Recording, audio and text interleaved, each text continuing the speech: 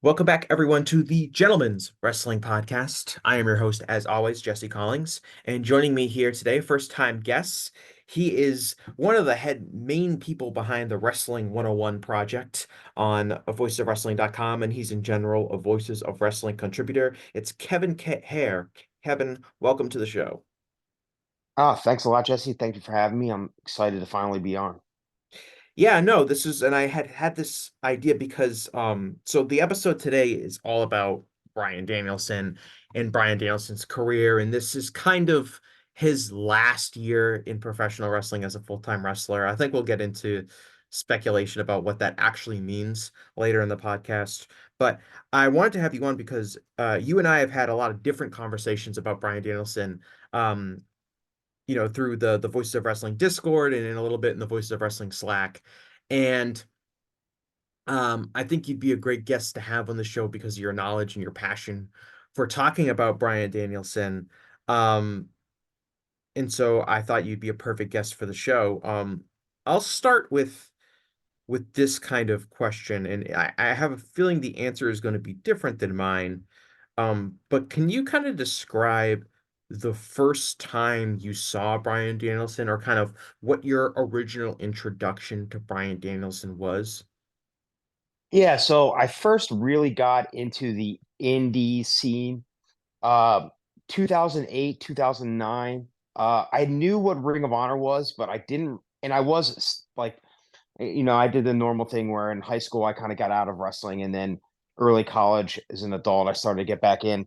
But I was discovering more of the wrestling, but it took me a little while to actually want to discover the indies more than just like hearing about it. Like I knew the name Ring of Honor, but I didn't go or watch it or seek it out or anything. So around 2008, 2009 would have been when I first started to really dive into that stuff. Um, I cannot remember the exact specific first match that I saw, and this one was not, wouldn't this was probably not the first match that I saw, but it's the early one that really resonates with me. Was the PWG match from Guerreros and Frontieres. Unfortunately, I'm terrible with pronunciations, but it was their big. They did like a kind of Dragon Gate Super Show in August of 2009, either August or early September, and the main event on that was Danielson's last match in PWG. And now that I think about it, I probably would have seen some matches before because I think he was already going to WWE at this point. Uh, so I knew that he was going, and I already knew that he was a great wrestler. So I guess this wasn't have been the first match, but it's the one I kind of remember as being the first one where I don't know if you've seen that one, but it's Danielson versus Hero. It's like 45 minutes. Danielson, it's presented as his last match and in PWG, and Hero had been the longtime champion there. So they just go out there and they have a 45-minute classic Danielson Hero match, and Hero was the heel, and of course, since it was Danielson's last night there, he was the baby face. And yeah, it's just an awesome match. It kind of showcases a lot of Danielson's technical stuff and just one of the better things he's good at, which is being the baby face underneath, etc. And yeah, that one really resonated with me. Um, if I had seen matches before that, I obviously thought that he was great too, but that's kind of the first one that I really remember of like, wow, this guy is, a different type of wrestler that I haven't really seen before. And if I have seen that type of wrestler before, I haven't really seen him been able to like uh have the leash off or whatever in a way that he did, where he could just kind of go out there and do whatever he wanted, and it all was made sense and led to great matches. Yeah, for me, my original interaction with Bryan Danielson is kind of odd, I would say. Like, not probably right around the same time as you're talking, like 2008 or 2009, and I was a teenager, and I was starting to get really into like wrestling beyond WWE and TNA. I was starting to dabble in watching like the indies and wrestling from Japan. And I became like really interested in like Dave Meltzer and the Wrestling Observer newsletter and the Hall of Fame and the Wrestling Observer newsletter awards. And so I would look at like the Wikipedia page that was just like list of Wrestling Observer Newsletter awards, and it would have like every, it has every award winner for each category. And I would see this guy Bryan Danielson who was winning all of these, best technical wrestler awards, and I believe he won the most outstanding wrestler award several times too. And I was thinking about, who my favorite wrestlers were at that time in like 2008, 2009. Um, and thinking, wow, like this guy, he must be really good. Like, look at him, he's won all these awards. Um, but I think I like tried to watch some stuff um by him when he was still on the independents. But back then I wasn't really like computer savvy enough as like a 13 or 14-year-old to like understand like torrenting and things like that. And I certainly didn't have like money to buy like DVDs. And there really wasn't a lot of him on available like on YouTube or like on the internet. It's kind of a different era, like that time period, like 15 years ago, Right. where Yeah, I mean, now, you talk about that, and I was doing the BitTorrent stuff like crazy. I was going insanely hard, anything I could find. yeah, I was a BitTorrent fiend. that would be later, but like I'm just like to take you back, like like you could, if you went on YouTube and typed in like Bryan Danielson, like you wouldn't get like full matches like you would now. Um, Right, right, right. and it would take a while for like places like Ring of Honor and other independent promotions to kind of upload a lot of full matches.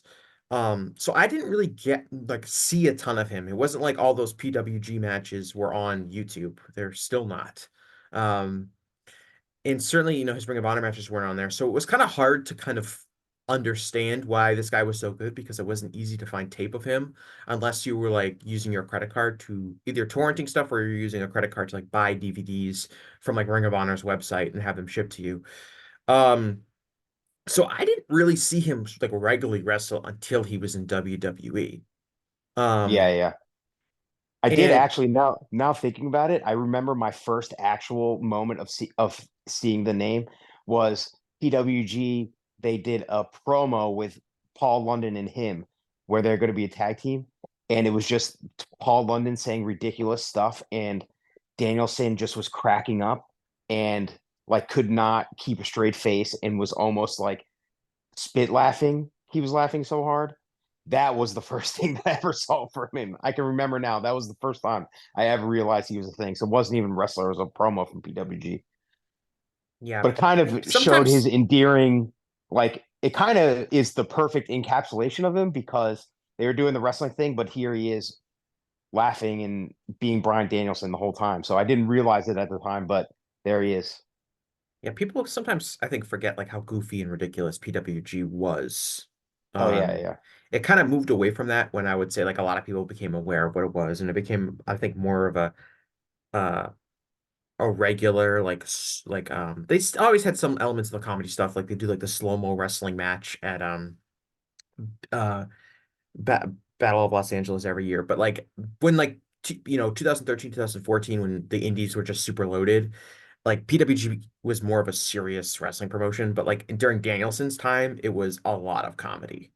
Yeah, I mean, I was obsessed with it, and my favorite era is 2009 through 2012. So right before what most people think of when they think of PWG is what I think of when I think of PWG. When they still had some of like the local LA talent instead of just getting rid of all of them.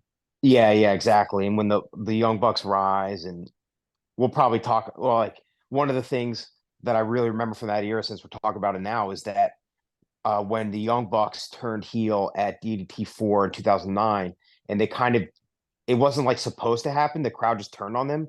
And the main event from that show was um, Danielson and Roderick Strong because the tag team was supposed to be Paul London and Danielson from that promo.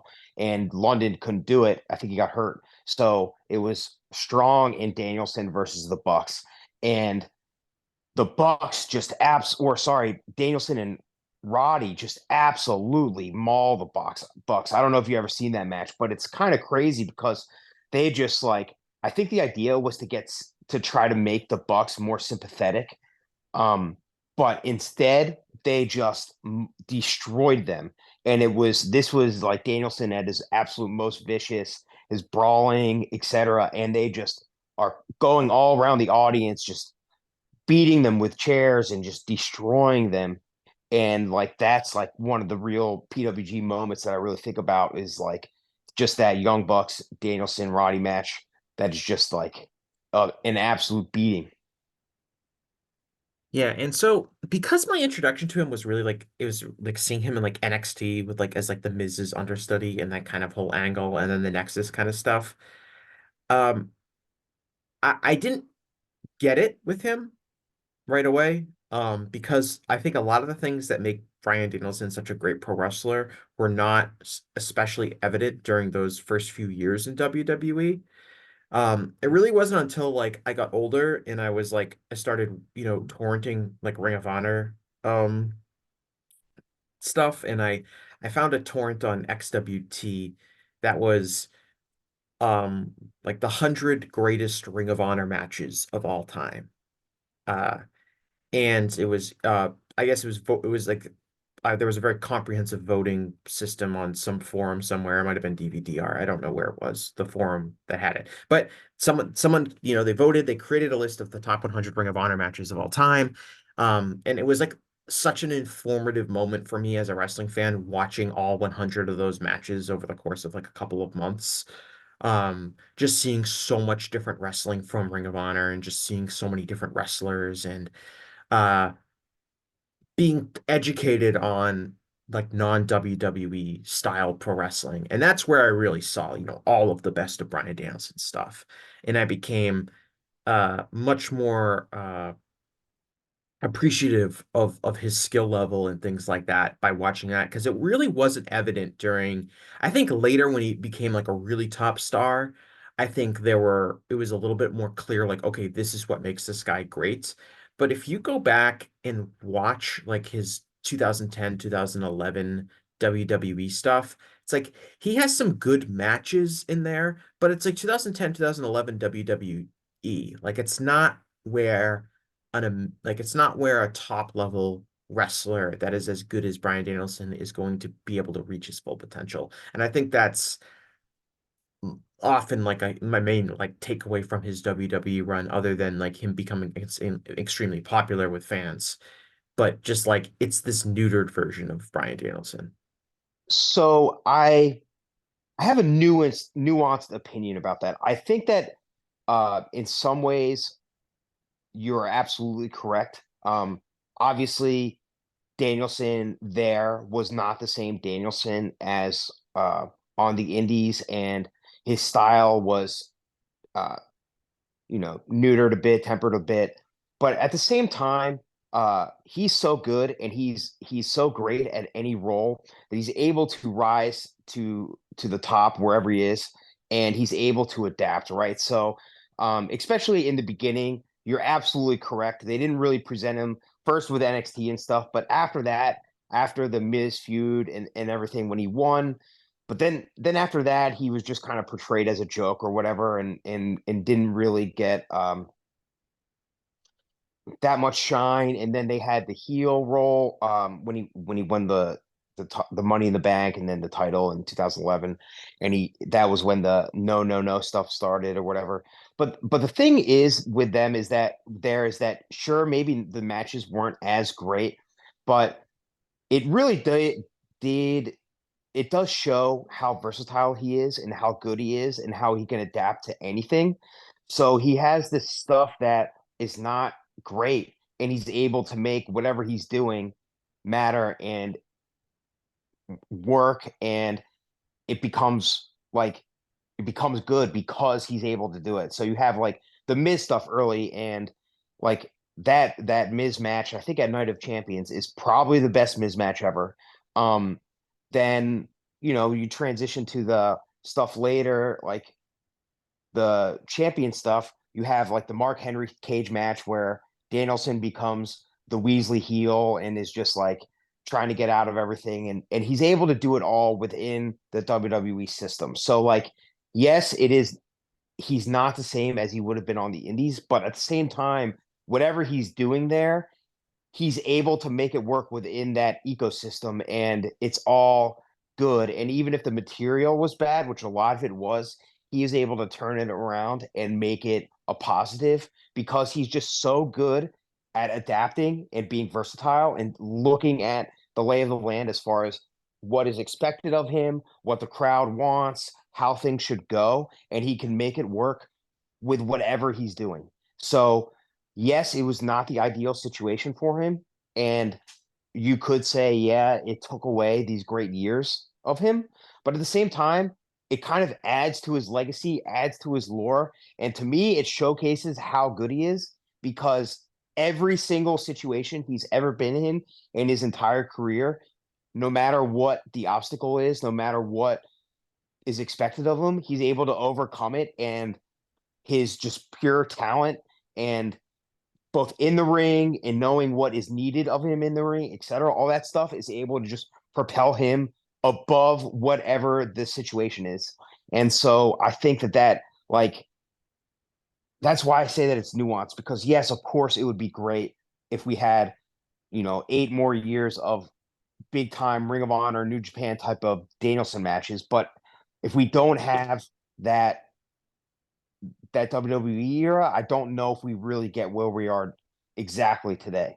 So, and then it just also like you look at his matches, and he's the one person you can say has had matches with like Triple H, Brock Lesnar, Roman Reigns, Necro Butcher, Blue Panther, Shingo, Okada, Jun Akiyama. Like if you look at his greater thing, like no other wrestler really has the resume that he has. So I think it yeah, it's a wordy way of saying like I understand, but I think that it was kind of necessary and it kind of showcases how good he is. There are some elements there that he's like, I remember they do this that program you referenced, like he's the heel world champion, and he is feuding with two baby faces, really, Mark Henry and the Big Show. So it's like 185-pound Daniel Bryan versus like the two like largest, most intimidating men like in the history of pro wrestling, essentially. And he's the heel, and yet he works those matches and he's like a credible heel where all like traditional wrestling logic would tell you like the little guy cannot be the heel and get the heat fighting these two just gigantic men. And yet he somehow manages to do that. Yeah, Big Show's Um, bumping for him. yeah, like I there's forgot all about that match until you just brought it up. But yeah, Big Show respects him enough and understands the match where he's like taking actual bumps for him. right, and that's kind of a good example of I think the brilliance that he brings to the table. He he's a um like I said, I kind of struggled to understand him when I first saw him in WWE. Not that I didn't know that he was good or I could comprehend that he was good, but didn't really fully comprehend his total brilliance. Um, he is not, he obviously is not a big guy, especially when he was in WWE. He's like the smallest guy in pretty much every match he's in. He's not um particularly great athlete. He's not explosive. He doesn't do a lot of high flying moves and things that make it super obvious. Like he's not like Rey Mysterio out there where it's like he's small, but you can see how good he is because he's so quick. Um, but what is it about Bryan Danielson to you that makes him such a legendary performer? Like what does he have that just very, very few, if any, wrestlers have that have allowed him to have the kind of career that he has and been given the kind of praise that he has received. So I think probably the first thing beyond anything else is his charisma, which you probably don't it's easy to kind of like not think about that, but somebody once told me before, um, like they mentioned the idea of wrestling charisma versus regular charisma, where if you see a guy like Chris Benoit, for example, like maybe he doesn't come off as the most charismatic guy in general, but when he's in the ring, he's doing so much in there, and it's so impossible to like not be enamored by what he's doing with the facial expressions and how he's selling, and he just feels like he's like the center of the universe when you're watching him. And that really is Bryan Danielson. When he starts wrestling, he gets no matter what the situation is, he gets whatever look on his face that he needs. And the intensity or lack of it, whatever is there from the beginning. And then when the matches start, he's pretty much everything is able to be laid out in such a logical way, no matter what he's able to do, where it always makes sense. So we're talking about the Big Show stuff. He's able to work with the Big Show and Mark Henry. He's able to work with the guys like the Shield when he was in WWE, and whatever is needed, he's able to do. So, like example, we've discussed, and you and I have discussed quite a bit, the idea of the Will Ospreay versus Danielson Wrestler of the Year discussion from last year, and a lot of people, and I don't even think that this is necessarily wrong. I completely understand it, but a lot of people thought that Will Ospreay had an unbelievable year last year, and he did. He had a great year. He went everywhere he needed to go and had great matches all over the place.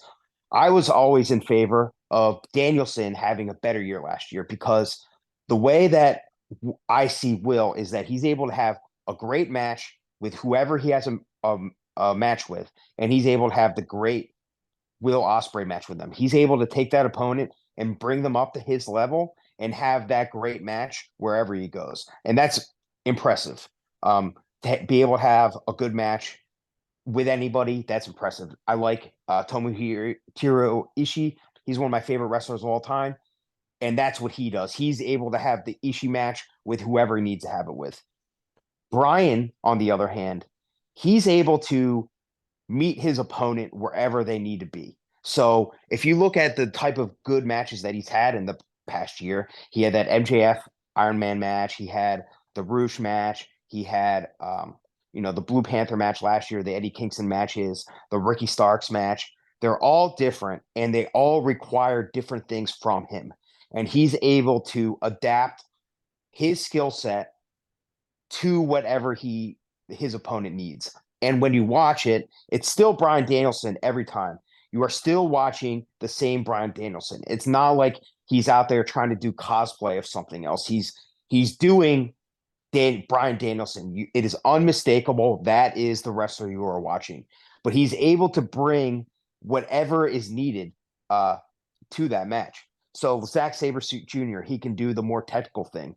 Hedgesero this year, he's able to do the technical lucha thing, but for the U.S. audience. Blue Panther, he's doing the lucha thing, but he's doing it for the Mexican audience. So not only is he doing the heel stuff, but he's presenting it in like the more basic lucha way, where as opposed for the U.S., he might be changing the style, watering it down a little bit for the fans to understand there.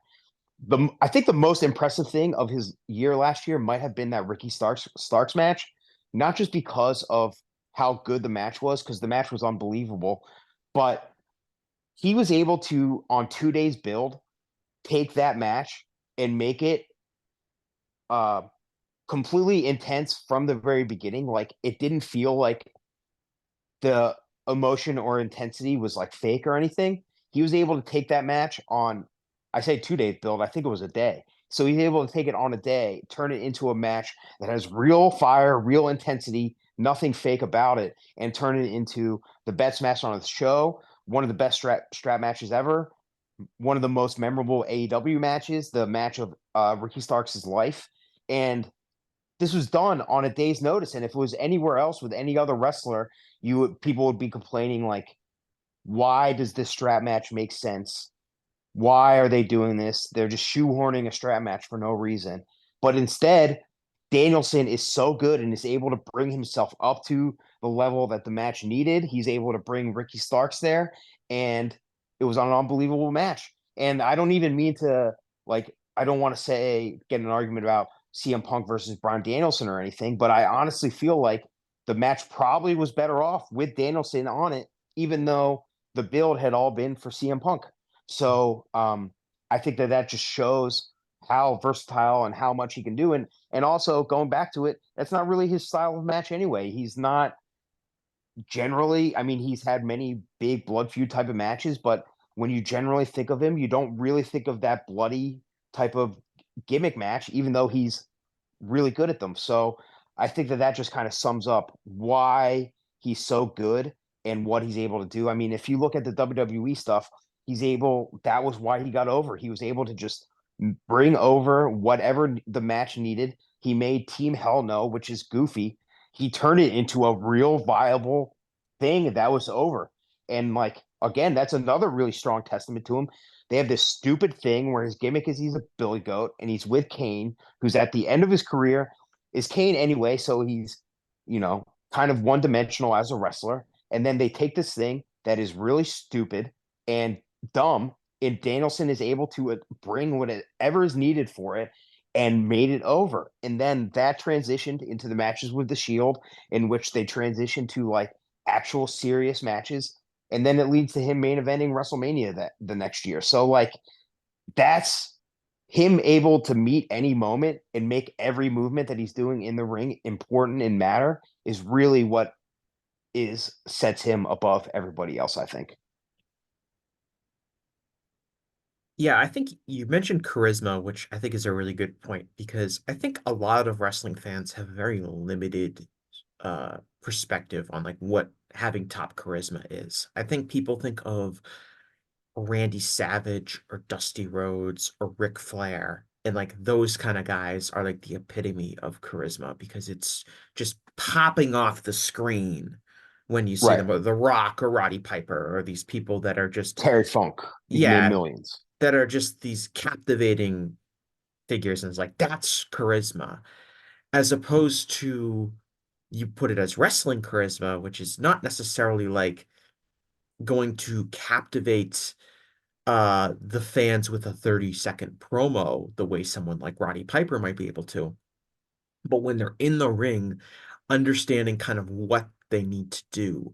And that's something that really stands out with Danielson when you watch him is when he's wrestling in the ring, everyone knows he's a great technical wrestler. Everyone knows that his stuff looks good, but like his knowledge of when to kind of pick up intensity, when he knows how to beg off. He's a great like guy that really understands how to beg off.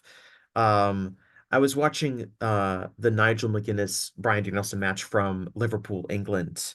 The famous kind of unification match between the Pure Championship and the Ring of Honor World Championship. And they do the famous spot where Bryan Danielson, yanks Nigel McGuinness's head into the ring post like 20 times. And one of the truly dumbest wrestling spots the last 25 years. Just an unbelievably stupid decision.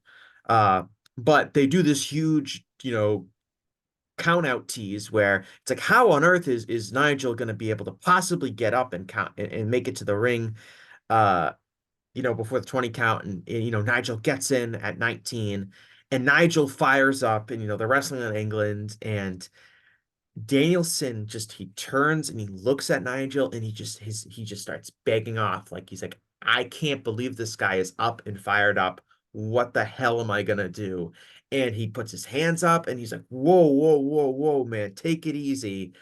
And it's just really great timing. It's like those kind of things, that kind of charisma, the knowledge and the ability to kind of sell the story and the action of what has developed in this wrestling match.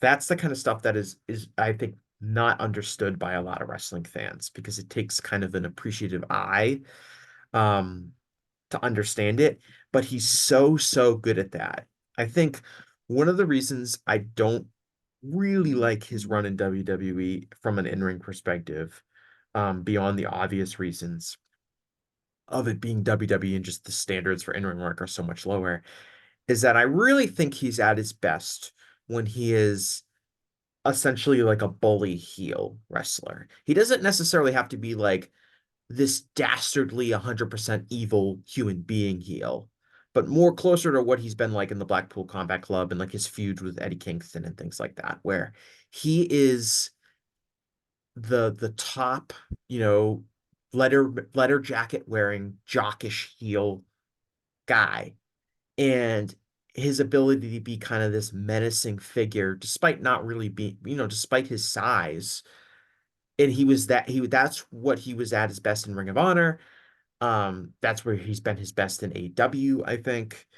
And in WWE is either he was the underdog babyface or he was like the Weasley heel character. And he wasn't able to be the kind of vicious heel or vicious tweener that he was in Ring of Honor or post WWE.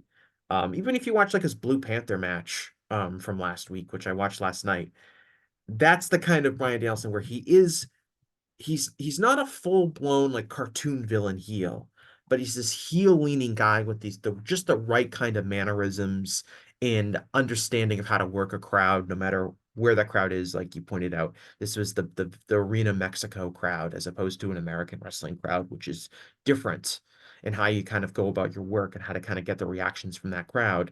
And his ability to kind of be able to do that and understand that during a variety of settings, and he's been able to do that for pretty much his entire career, is I think really what makes him great. It's not just the technical wrestling knowledge or things like that that I think he often gets praised for, and rightfully so, but it is that kind of charisma and that understanding of how to just do things when you're in the ring that plenty of other wrestlers that are maybe close to his level in terms of proficiency, in terms of making their stuff look good, they don't have. And that's what makes him special. That makes him better than so many of his contemporaries.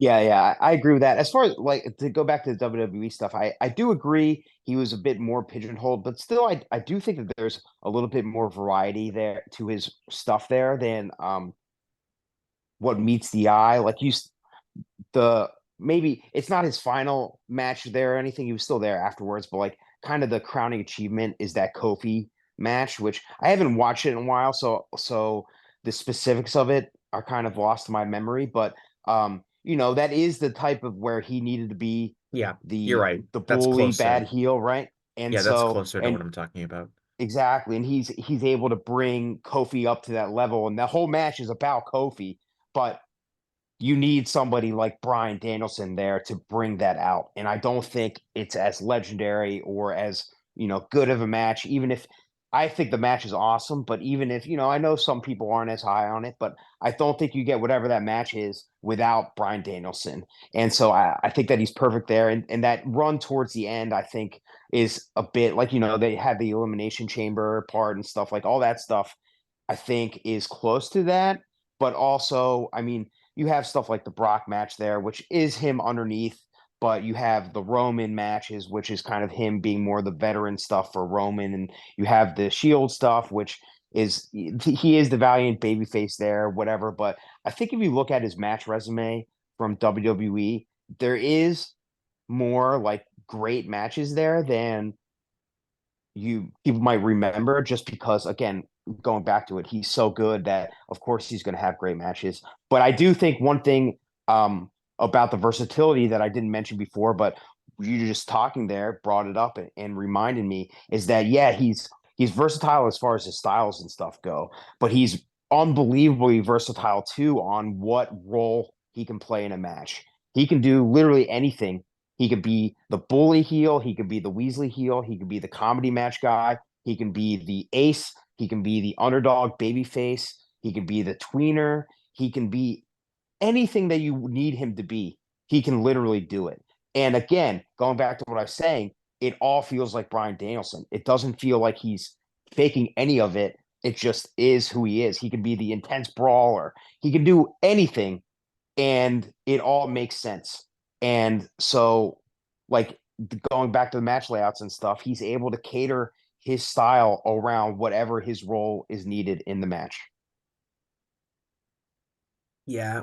And I think, I don't want to keep burying his WWE run, but I can't do an episode on Bryan Danielson and not mention this. The way commentary treats him is so frustratingly annoying that it makes me I'll not want agree to, with that. it That's makes for me sure. like I really struggle to be like, I don't know if I want to go back and watch any of this because I can't listen to heel Michael Cole burying him in this obnoxious character or JBL calling him a flying farm animal and doing his JBL shit where he's burying the guy. And it's absolutely awful and it makes me never want to watch any of it. Oh yeah, you won't get an argument from me on any of that. I mean, the way they presented him uh It's was just bad. so it's such in this annoying way because deep down he's the guy the company never really wanted to push, and Right. Right. wanted to just use his popularity to try to get some other people over. And Vince Right. always felt like he was obligated to push this guy who he doesn't really Right. like because the fans get mad. And like there's this vindictive edge to it that comes out through the commentary, which is obviously in a lot of cases just the voice of Vince. Right. And But then he was able to overcome all of it because of how good he is. And correct. so going back, yes, it's all a detriment to some of it, but like I said, uh, I think that it adds to the lore and legacy of him that they have all this bad stuff there, and he's able to just he is so good at anything that you need him to do that he's able to become the top guy. And really, at the end there, I mean, the goofy uh vegan belt aside or whatever, The like planet's champion. he's yeah, he's still able to beat Bryan Danielson at the end of the day. Like he still is Bryan Danielson there. Like if you look through his career, of course, a lot of the WWE stuff is the goofy stuff, especially the first half. But by the time he's leaving there, he's Bryan Danielson. He's just who he is. Yeah, he's So not like, compromised. right. So like he's able to just be the same wherever he is. I say the same. Obviously, there's differences in how he's working and stuff, but like at the end of his time in WWE, he was just Bryan Danielson. As far as the guy, like obviously his style is way different in AEW now when he's Bryan Danielson, but like just when he's leaving, his character, everything, it's essentially you can kind of draw a line through everything. He yeah, and my last thing, and I don't want to sound like I really don't want this to be me burying Bryan Danielson, but I have to add one more thing about his WWE run that I absolutely hate is I hate his look. I hate the long hair and beard and furry little boots, I think, or the kick pads. I think they're obnoxious, and it's not the Bryan Danielson that I want to see. You're right in that his character is relatively uncompromised despite all the goofy stuff he's doing, but that's another thing. It's like I go back and watch, and it's like Bryan Danielson should be have a shaved head or a crew cut and no beard. Or I can tolerate his look now where he's got the longer hair, but it's tied up in kind of the man bun. Uh, and he's got the beard. Like he looks good now. I hate like wild man, like, homeless looking, vegan Bryan Danielson character that he played in WWE. I just hate that look for him. Um, but to switch gears into a more positive light on my end, I want to talk about kind of his the start of his wrestling career. And one of the things I did for in preparation of this show was I went back and watched his, match, which is the main event of the first ever Ring of Honor show back in 2002. The Era of Honor begins. He has a very famous, three-way match with Low Ki and Christopher Daniels, that kind of sets the tone for what Ring of Honor was hoping to be as a wrestling promotion. It's kind of interesting if you go back. I'm looking at the card now for that show, Oh, and it's awful. it's really There's not. some real bad stuff on Yeah, there. it's really not that good. Like there's an Amazing Red versus Jay Briscoe match, which is like okay, that feels kind of in line with what Ring of Honor would be. But the rest of the show is really just a lot of nonsense. There is the Super Crazy versus Eddie Guerrero match, which is part of Eddie Guerrero's independent wrestling run that he had kind of when he was um, fired from WWE and he's getting over his addiction issues before he would come back and have his huge run a few years later.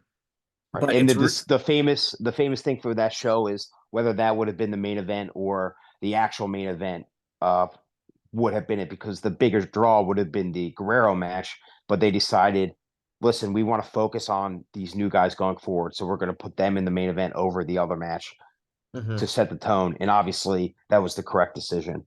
Right. And in hindsight, it's like, oh, the Era of Honor Begins was a great show that set the tone for what Ring of Honor would be. And it's like that's really only true about the main event. Yeah, I mean Um, the first segment in Ring of Honor history is absolutely terrible, and like the gay heels getting beaten up by the tough New York guys or whatever. Like it's a joke. It's awful.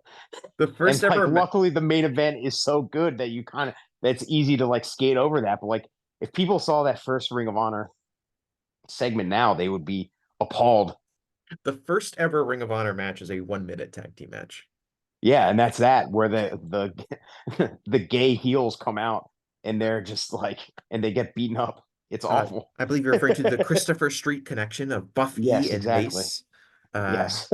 get beat up by the Hit Squad of Mafia and Monster Mac. Yeah, Um, it's if that was on a wrestling show now, the the pitchforks would justifiably be out big time because like that stuff shouldn't be in wrestling. But 2002, I don't know, it was a different time. it was certainly an independent wrestling. It was the but this main event match, which is obviously a very famous and match that I think a lot of people have probably seen. If you haven't seen it, it's right on YouTube. You can watch it whenever you want. You know, low key, Bryan Danielson, who's going by the ring name American Dragon, which I want to get to in a second, and Christopher Daniels. And what is really interesting about Bryan Danielson, when you go back and watch, 2002, he's 20 years old. He's only a few years into his career. And if you're able to find some stuff that predates that, like his stuff from 2001 or 2000, which is much harder to find, certainly there's not a ton of it on YouTube. Um, but if you go back and watch it, what is very interesting to me about it is not only of how good he is, because he's already great. He probably doesn't get enough credit for being, and it's because it was so low profile. But when people talk about Kurt Angle, or I know a lot of people talk about Logan Paul, or you can go back and talk about someone like Jumbo Saruta. But when talk, Junakiyama. yeah, we talk about guys who are just like instantly amazing pro wrestlers, pretty much right out of the gate, and how impressive that is. He isn't in that conversation because he wasn't wrestling in front of a lot of people, and it was a lot of that stuff's not on tape. As opposed to all those other guys that we just mentioned that are all wrestling, debuting with major wrestling promotions. He's so great just from the start. It's almost like eerie how fully formed he is as a pro wrestler Yeah, and I at think this that that's stage of his it, right? career. The first time people see him is the Super 8 tournament and like that the Ring of AP Honor show. the APW Yeah, best of the Indies, King of the Indies, whatever that show was. yeah, That was kind whichever of the one. Yeah, yeah, impetus yeah. for the launch of Ring of Honor. Yeah, yeah. So like whichever tournament that was, he's so good right away and so fully formed that he never had the like prospect era of his career, right? Like he came in and he was just right away, this is the future of wrestling. And it was presented as this is what's next, but it was presented in a way of like this is what's next because these guys are here right now and are doing it. And if you do not get on the train right at this moment, you're going to miss it.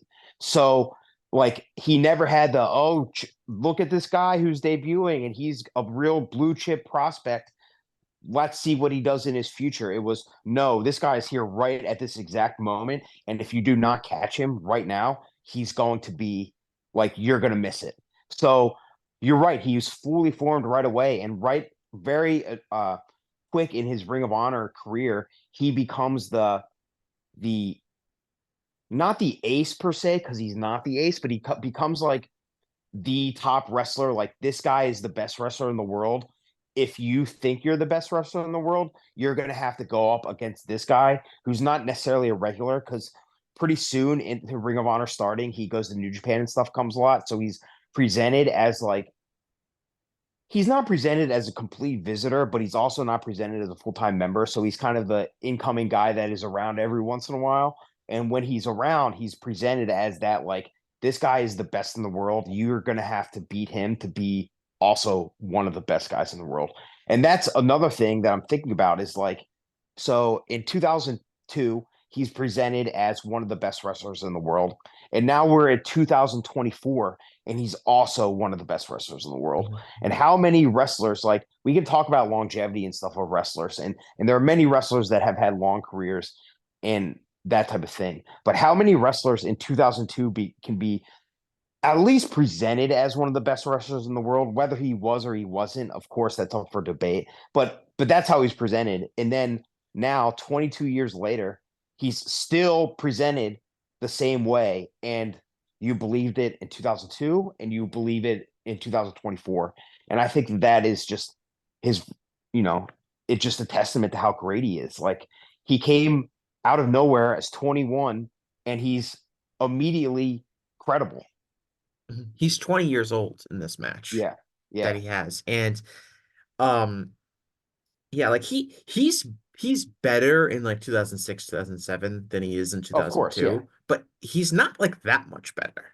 Like No, it's all he's logical progression, right? he's so great at such a young age. And it really hammers home because it's not only, he's in this match, but Loki who wins the match. And Loki, who's not that much more experienced than Danielson, he only has 3 years of experience as opposed to Danielson, who has 2 years of experience by the time this match really rolls around. Like he's also extremely good. And Christopher Daniels, who has more experience, obviously had wrestled, for about almost 10 years at that point. Uh, but it got me thinking about like, and you can point to there's other guys on the show like Amazing Red and Jay Briscoe. Um, and even guys like Roderick Strong and some of these other guys that would come into Ring of Honor over the next few years. Um, these guys are so good from the jump, and I just kind of wonder how and why that was because subsequently it didn't. This seems like a kind of a strange time, like the early 2000s, to have a bunch of wrestlers in their late teens, early 20s who were already extremely good pro wrestlers with really a minimal amount of matches, um, experience that in a lot of cases was limited to working local indies in front of not particularly a large amount of fans. And even as the indies became more robust and there became more places to work, and um, as we get further into the 2000s, it still feels like there was like it would take years for guys to really break through. Even as we get, into the indie boom period in the mid to 2010s, it's still like if a guy only had 1 or 2 years experience, he would still be considered like a prospect and be like, oh, they've still got a lot more room to grow. And I don't know if it was just because indie wrestling kind of was starting from ground zero at this point. You have the collapse of ECW and WCW. No one really, specifically with ECW, kind of losing ECW as kind of the top indie, for lack of a better term, in that scene, and kind of being like, okay, where is the next direction of independent wrestling coming from? And it ends up being this Ring of Honor match, in Ring of Honor in general. But I just don't kind of understand. It's very interesting to kind of study, I guess, how so many good wrestlers were ready to be like main event credible guys that are as exciting as anyone else in the world, despite really lacking the experience. And while Yeah. I think it's fair to point that, Bryan Danielson's one of the greatest wrestlers of all time, so it kind of makes sense for him to have picked up this kind of savant level wrestling ability right away. That can't be the only explanation because there are a lot of other guys that are also excellent, excellent pro wrestlers with only a few years of experience. I think it's absolutely an interesting thing when you've been talking about it. I've just been trying to pull my thoughts together and kind of think about why. And some of the things that I thought about just now were regionalism, where um a lot of stuff there's now you can watch indies from anywhere and it's easy, but back then it wasn't happening as much. So guys were able to wrestle in their home areas a little bit, get a little bit refined, and then Ring of Honor was like the melting pot where they had the luxury of being able to pick these guys from everywhere. And so you could bring in the best guy who hasn't really been overexposed too much and bring him in there, and he can, have those great matches or seemingly great because people hadn't seen him before. The other thing too is like you have to remember a lot of the guys. It's easy to look back in hindsight and think about these guys being great wrestlers and they're just in the normal wrestling lexicon, but a lot of them are in like the Benoit Guerrero model where they're shorter guys and they're not as big as what WWE was wanting.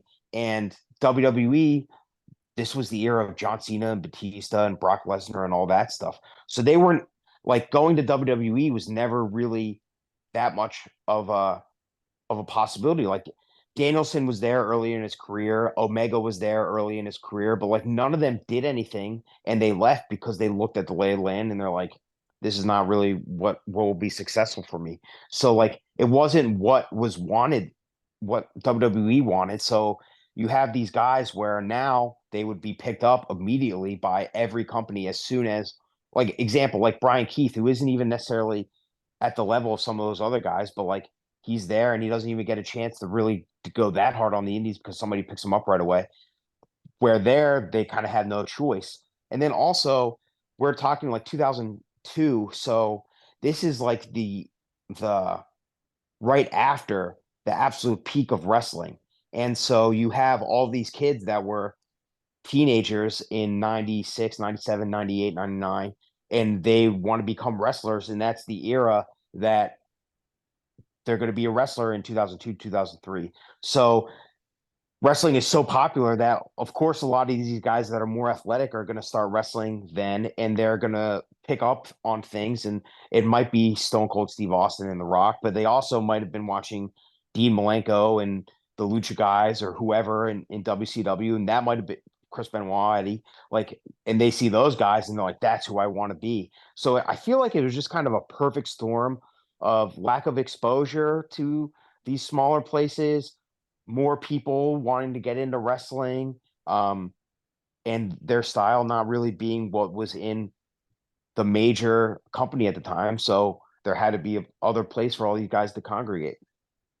Yeah, I definitely think that um, part of it is the in-ring style, especially with, ECW goes down, WCW goes down, so you lose, for all the criticism late stage WCW gets, which is obviously quite a bit. The WCW would just roll out guys and let them do stuff. Like there's, they signed AJ Styles at the very, very end, like months, I think, before his career, before the company folded. But like WCW would get guys and they'd roll them out and they would let them do whatever moves they wanted to do in short matches that were on Thunder or somewhere else. And WCW goes away, ECW's gone, you're left with just the WWF in-ring product. And that's a really like turgid product. It's not anything like what you're seeing on the indies, especially you talked about, where you're seeing smaller wrestlers that are doing wrestling a different style than the WWE house style. And I think that's a big thing. And one of the things when you go back and watch these Ring of Honor shows, the Ring of Honor crowds from like 2002 to like 2008 or 9 are, I think, my favorite wrestling crowds in like the history of pro wrestling. Probably my favorite American wrestling uh crowds by far, because they are so they're knowledgeable and passionate about that style of pro wrestling in a way that I think um would get lost in subsequent generations of fans. Like the AEW audience is generally very good as well, but the AEW audience has, WWE influences, and they've also kind of seen it all, so things don't stand out. When you go watch some of these 2002 Ring of Honor matches, they'll do a spot. I think there's a spot in the low-key Danielson Daniels match where they do like, a Tower of Doom spot with the superplex and then someone doing the power bomb at the base. And like the crowd loses their minds because that just wasn't something you saw all the time.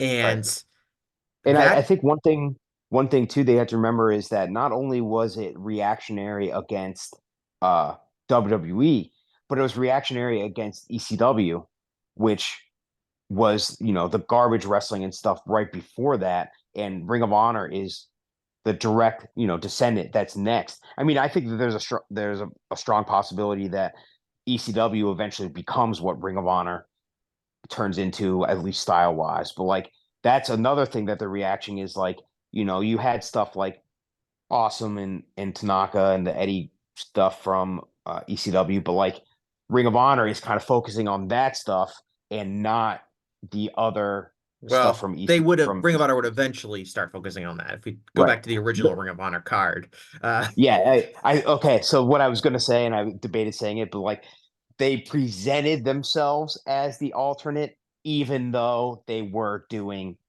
some of the stuff that is real seeped in ECW. yeah. And I think um there wasn't yeah, they just the crowd honestly just I miss this in wrestling. I understand why it was a time and place thing. I'm gonna sound like a much older person because it's like all nostalgia for me. But I just miss the era of indie wrestling where the fans would see a cool move and they would just lose their shit. Yeah, Like I yeah, understand that's kind of like a cheap version of pro wrestling. Like you got to make the fans feel and react to something like real and not just watch them do a cool move.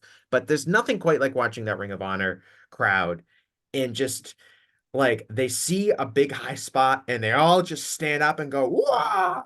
Like it's right. just such a fun environment for pro wrestling. I love watching it. It's one of the reasons I think I enjoy going back and just watching that era of pro wrestling as kind of my favorite um type of pro wrestling because it was respectful, it was appreciative of different styles of wrestling, and they just loved seeing pro wrestling.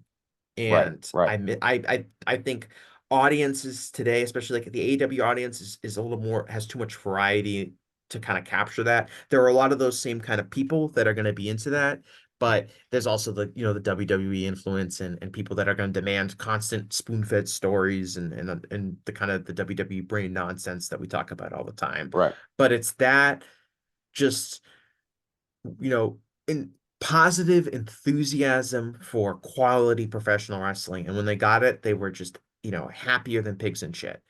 Right. And I think that just kind of lost. It's just and um it helps make I think Bryan Danielson, if you go back and watch like his peak work from that era of Ring of Honor, so much better. Where it's like Bryan Danielson's just gonna wrestle this guy, and it's not only is Bryan Danielson great at working the crowd and things like that, like we talked about earlier with his charisma and his ability to kind of get messages across to the audience, but the audience is just pitch perfect for that style of pro wrestling too, and that's what I think makes it so special.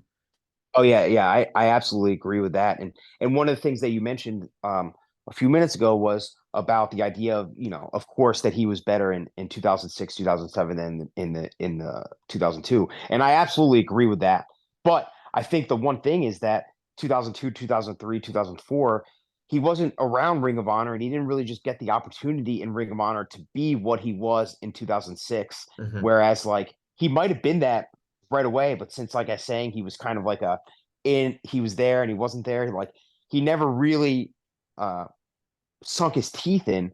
And maybe he needed those few years in the wrestling business. I'm not uh, debating that or doubting that or anything. But like Yeah. just like he might have been there right away, but then it took a few years, and then really the charisma stuff comes out, and the outwardly promo charisma and stuff. And I agree with you, like that 2006 2007 era of Danielson is absolutely his best uh indie era before he goes to WWE. I mean, even like the Ring of Honor stuff is unbelievable, and there's great matches in there, and there's also stuff again that shows his versatility, where he's able to like bring Delirious up to a great, you know, a at least in that night, Delirious feels like he's a realistic title contender. And I think that is an era of his career that has a lot of, that's when he's a little too overambitious sometimes. And he tries to do too much. I mean, you have that, like, what is a 75-minute long Austin Aries match, which isn't very good. And Well, there's that's one of the main criticisms I think you'll see from him in this era, which is like yes, he became kind of obsessed with like match length, which is right. like, and like being And the Iron Man and having this epic match where you're just selling exhaustion and um it's kind of predictable and easy to see from like a guy who's an artist that's pushing the boundaries of what people are seeing in pro wrestling, which is like, let's go out and give these fans a match that is just longer than anything else they've ever seen before. And right. that's a And challenge and that's an artistic endeavor. I do think that like sometimes like he gets summarized like that, and it's like, does he have some like does he lay some eggs because the matches are going too long? Yes, but my God, he has so many great matches that you can't. oh, It's kind of pointless to focus on the times like that famous Aries match that you said, where just like something didn't click and they had a bad creative right. idea. Right.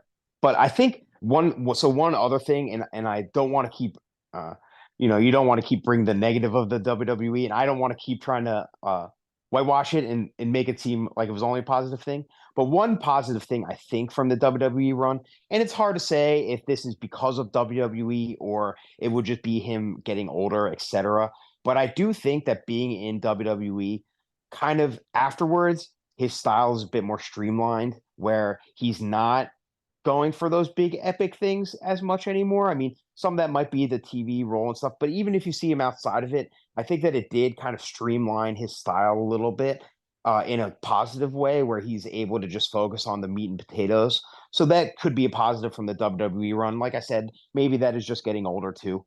Um, but uh, but yeah, like I mean that heel Ring of Honor stuff is so great. Like in the Cage of Death match, which I think is one of the greatest matches of all time, and it's probably in my opinion, it's the best Ring of Honor match of all time. The Uh, CZW versus Ring of Honor Cage of Death match. yes, yes, that one. His role in it is like pretty minuscule as far as the greater story, but and he doesn't wrestle too much in it, but he's unbelievable at making you think that yes, he is a heel, but Ring of Honor matters more to him than being a heel. So he's going to set it aside and he'll do whatever, and he's still going to be the dickhead Bryan Danielson, but he'll put it aside. And then at the end of the day, he just attacks Joe anyway, and flips off everybody and leaves the match. And then sets the stage for Homicide to come in, and then sets the stage for the Homicide Danielson stuff where they kind of he got hurt and they kind of didn't stick the landing, or they stuck the landing. They a lot of the stuff before that they kind of lost some steam, but then in that match he's exactly what he needs to be, and he's the perfect foil for Homicide to become champion. And does it work against anybody else? Maybe, but it was Danielson who was the guy who had to work it for, and he does it perfectly. And then again, a testament to how great he is. He transitions that stuff into the McGinnis stuff and all that great stuff from that year. He transitions it to going against Morishima, where he's still in the beginning of the Morishima feud. He's kind of like still dickhead Danielson, and by the end of it, he's the most sympathetic guy in the company. He's battling through a broken orbital bone. He's bloody and he's getting beaten down by this big bully guy. And it ends in one of the better blow-offs the company has had with that Final Battle 2008 match. So Mhm. like he's able to just transition right from being the heel guy to being sympathetic, babyface. Uh, Bryan Danielson, he comes out on top at the end, and again in a bloody, vicious brawl against Morishima in Hammerstein. So there you go. He transitions from being heel cocky Danielson to being sympathetic Danielson. You can buy it all. What do you think about his name being like he goes by American Dragon, like that's his actual ring name early in his career. It's not just a nickname. He's American Dragon. He's referred to as American Dragon. Um, and he got that name over despite it kind of being absurd and stupid. Uh, it's a different era of wrestling. And I get it. He's like a teenager and he's like, yeah, I'm gonna go by the name American Dragon. And despite the fact that unlike pretty much any other dragon in pro wrestling, he's not wearing a mask. Um, I don't think anything about his size or wrestling style would indicate like dragon-like So uh I think he did wear a shapes. mask very early on. Oh, I actually think you're right. I can picture him wearing the Yeah, sweatpants and wearing a mask. yeah. But he got it's still it's a great nickname now.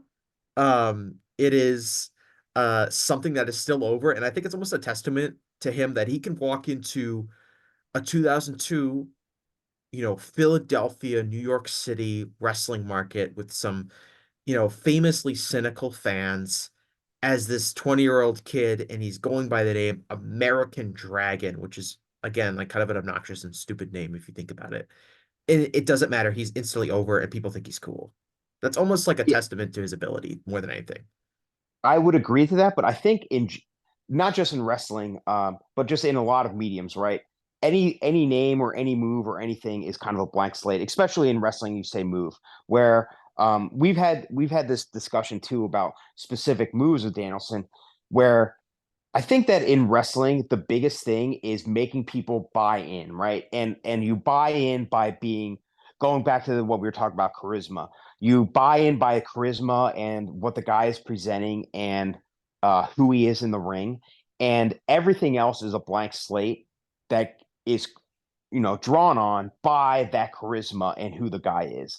So his name, sure, it's goofy, but then you see him work, and all of a sudden you go, oh yeah, American Dragon, that makes sense. Now, does it make sense? No, of course not. Or it might not, whatever. It doesn't matter. But the guy's able to just like he's presenting this blank slate name, and you're able to associate all of the positive um like all of the positive things about that guy to that name, and then it's almost good that it's goofy, or almost it's almost good that it's not associated with anything else, because then it becomes that's him. And it's same like with music, where so many band names are stupid, but or they don't mean anything, but then because they just are just so boring and basic, you're able to take that name and associate it with the band, only the band, and it kind of helps them in a way where it just creates their persona because this name doesn't mean anything. Like finishing moves in wrestling, we've talked about the knees, Danielson's finisher, whether it's good or not. To me, when I watch a wrestling match, I'm not the type of guy that cares as much what moves look like. Of course, I want them to look good. I'm not saying that I'm not trying to give guys a pass if stuff doesn't look good. But to me, what's really important is what the move means and where it's laid out in the match, and the gravitas behind the move. And I'm able to kind of turn my brain off a little bit about if it looks great or the logic of the move, because it's wrestling. None of it, like, it's all goofy. Like if you really focused on what was goofy on wrestling, you wouldn't be watching it. Yes, the So Irish whip is a very goofy move. right, exactly. So like I'm able to just be like, this is the move. I think of the move as a blank slate, and all that matters is like what is behind the move, what it means. And so like I think that in general, like that's a testament to him, is he's able to take these things that maybe by themselves don't make sense or are silly or whatever, and he's able to just put himself behind all of that stuff, and he makes it matter because it's him, and he gives meaning to it, and that's kind of another testament to how good he is. I wish the knee looked better. Yes, I didn't want to like turn that into a full argument, and I understand that, but like that's how I'm able to justify, like, sure, it could look better. I wish it looked more like the V trigger than the Kenta knee. But whatever, it is what it is, and I can buy it. And also with him, the fact that he's able to finish matches different ways, uh I'm able to, maybe the knee works, maybe it doesn't, maybe he'll finish it with label lock, maybe he'll finish with, we didn't even mention that one of the peak things that he was able to do in Ring of Honor is turn the small package into a viable finish and a gimmick. And it's kind of like a generic Danielson point at this point where people mention that, but like he was able to do that. He took this simple move that everybody has seen a million times and is never thought about as an actual uh viable finishing move, and he's able to turn it into something that gets real gets real reactions and gets real it turns into his persona, and it's just a silly small package that people have seen a million times. Yeah, I love that stuff. I loved when he would do, I don't think he really does it anymore, but I love when he would just do like he would just do three straight scoop slams. That was like a signature move that he would do in a lot of his Ring of Honor matches where he's just like, I'm gonna pick a guy up and I'm gonna give him a scoop slam. And then he's gonna get up and I'm gonna give him another scoop slam. And I'm gonna give it's like basically the three amigos, but scoop Right, slams. And it right. got over it. It's like again, it was almost like this challenge, which is like, what is the most basic thing I can do? And can I get it over? And the answer with Bryan Danielson is almost always yes. Yeah, yeah, he's able to do whatever he wants, and like that's again, we talk about it. A wrestler has a blank slate, so however he wants to fill that in, if you can make it work, you hypothetically can make it work, and whatever he does, whatever he tries to do, he is able to do. I mean, he's like an unbelievable comedy wrestler. He never has to do it, but when he does do it, he's like great at it. And he's like, whatever he needs to do, he's able to do whatever role. Like if he decides like, oh, I'm gonna add these Easter eggs in these matches and like, start doing William Regal moves or whatever, like all that stuff, he's able to do it. It all makes sense. It all feels logical. Like he's just it his match with Kenny Omega in PWG is like completely comedy match. And it's like good. And people say like, oh, I wonder if they wrestled before. It's like, oh, don't watch that match because it's good, but like it's not what you want. Like before their AEW match, of course, it's not what you're thinking. But like they're able to just do, he's able to just do whatever he wants, and it always works. So this is supposedly the last year of his last full-time year of his career. And this year so far in 2024 has given off the impression that he's kind of doing all of these bucket list things because he says this is his last full-time year in wrestling. We've seen him wrestle for New Japan. We've seen him wrestle in Arena Mexico. We've seen him kind of do all of these things that he said he's going to be able to do and wanted to do before he goes into like what he has called like this Johnny Saint period of his wrestling career where he plans on wrestling, but he's not going to wrestle like weekly on television. He's not going to be a staple that you see all the time. And to be fair, I think that I don't personally see that as a total difference between what he's been doing the last few years than what he plans on doing in the future. I think part of it is injuries have kind of kept him out of the ring for portions of his AEW run, which have made him a less frequent wrestler than he has been like in this year. Like I And wonder and and he's here's the thing with that he's is like, wrestled almost like he's wrestled 16 matches this year and he wrestled 29 last year. So yeah, I mean, he who is knows how much he was actually hurt too? Like yeah. he probably was hurt, but I don't mean to say he wasn't, but it's wrestling. Mhm. Like at this time last year, he had only wrestled 8 matches. So he's wrestled Right, twice right. as many matches already as he has last year. And hopefully he can stay healthy because there was a period during his AEW run, knock on wood and everything like that, where it did feel like it was like, man, he's so good, but he keeps getting hurt. You know, he hurt his eye. He um So the eye is the one that I'm a little dubious on. Okay, yeah. But either way, you know, he broke his arm in the Okada, Right, he right, broke his right. forearm in the Okada match, and it was like his work is so good, but he's getting a little CM Punky where it's like, can his body hold up to like consistent work? And so far, so good. He's been working a lot in Yeah. 2024.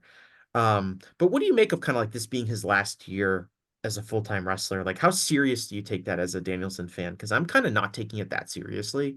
I think he's still going to be around in wrestling prominent matches in the future. And they're not really advertising it super hard. This isn't like Danielson final bye-bye or things like that.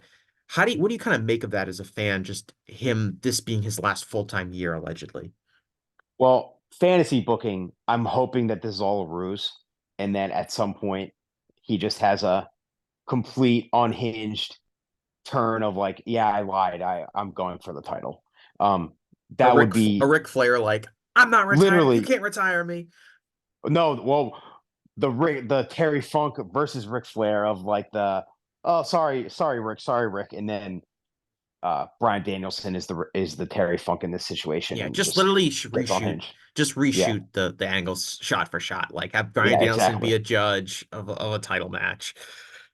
Oh yeah, I played the whole thing in my head about him versus Will Ospreay at Wembley, how it would work, but I won't divulge too much into fantasy booking right there. But like but yeah, I think I don't even I've thought about this a lot, and like part of me thinks that like okay, they wouldn't be like he really does believe this, and that like it would be they wouldn't lean as into it as they would. Although they haven't said final year as much recently, but like because with the way that TV is these days, it's so basic that like how like TV wrestling, it's like okay, if you're doing this tour on TV and you're saying that it's his last year, then when it's not his last year, like if he how does he still pop into AEW after that? Like uh if it kind of feels to me that like there's a good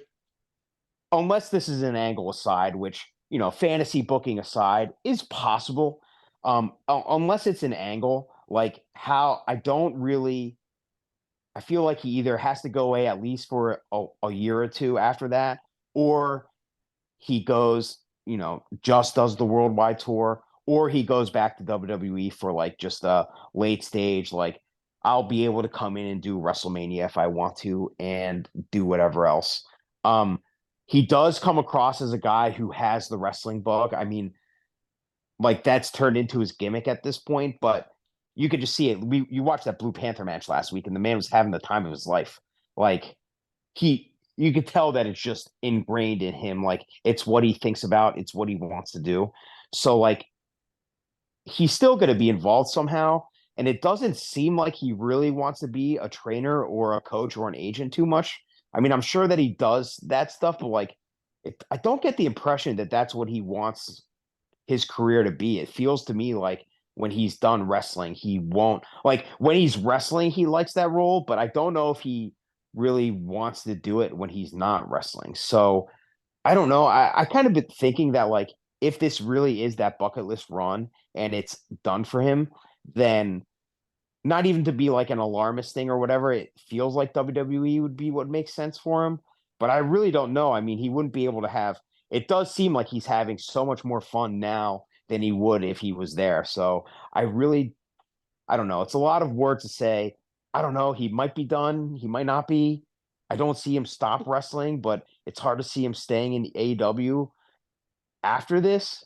So I really just have no idea. But he feels like a guy that is going to be wrestling as long as he can, even if it's just once or twice a year.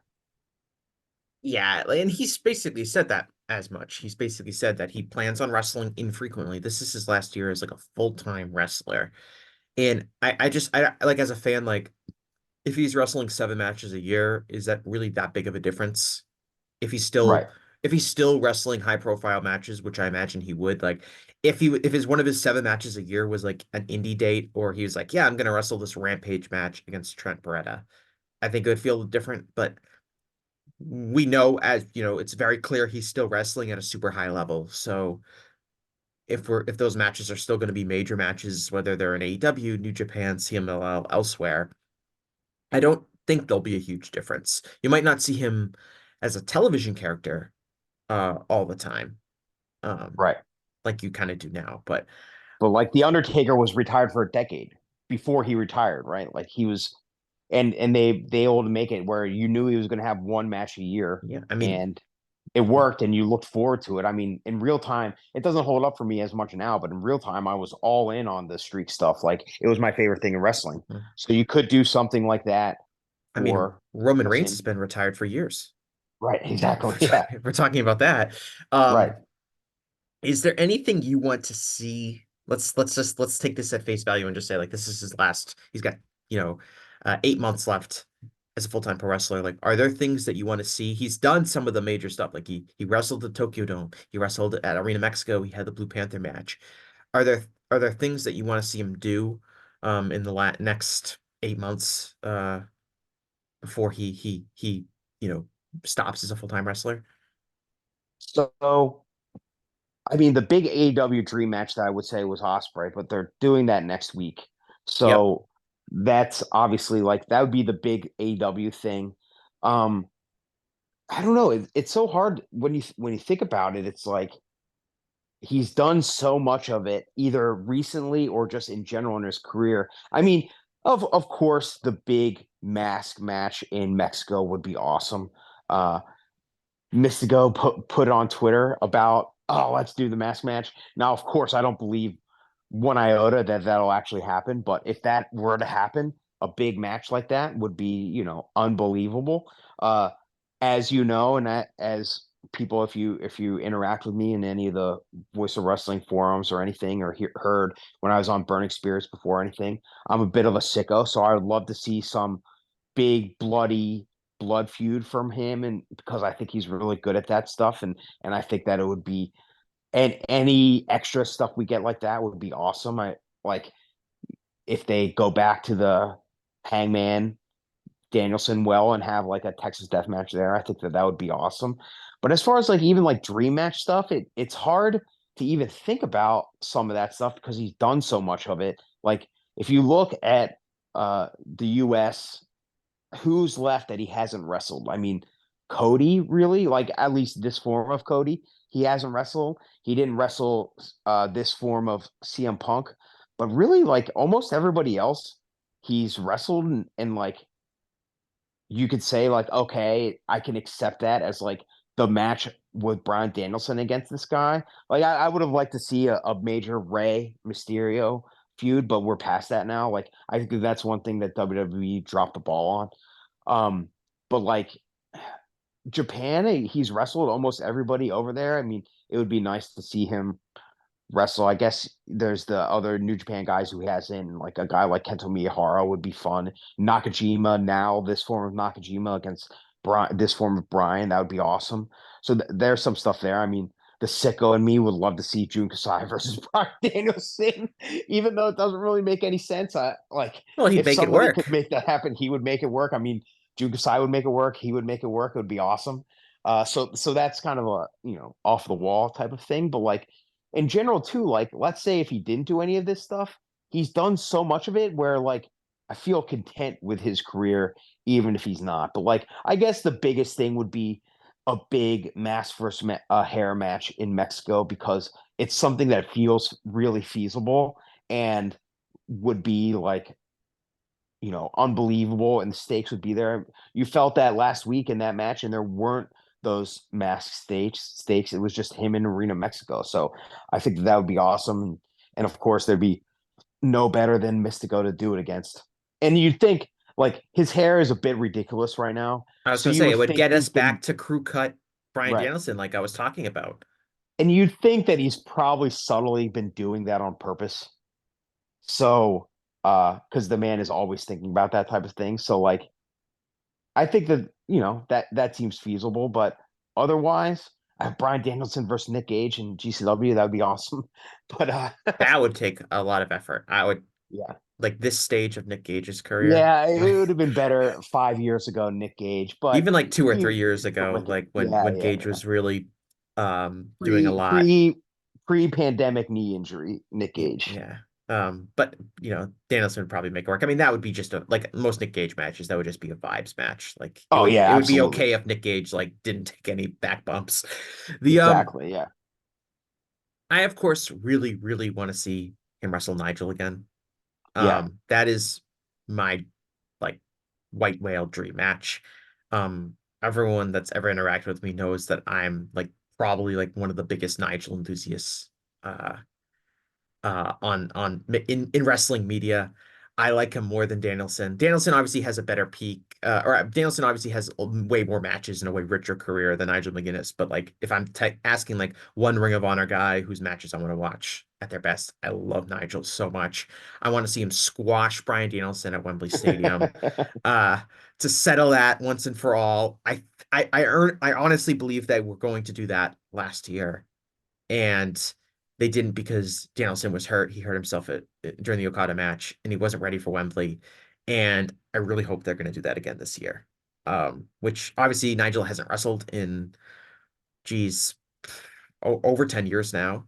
Um, he is almost 50 years old, because he's several years older than Danielson, I believe. Uh, he took a photo of himself in ring gear from last year at Wembley, and he looked like he was in great shape. I have zero doubt, Kevin, zero doubt that the match would be great. Um, I I don't know. have I'm dubious about it. I don't I have a list of people who have expressed skepticism or doubt or disdain for that match I taking don't think I place. should be on that list, but I'm sure that I am.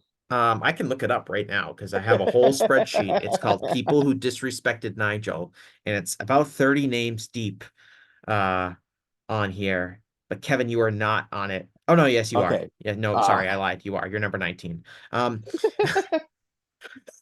but I'm waiting for them to have a minimum 4.5 star match at Wembley Stadium that everyone is talking about.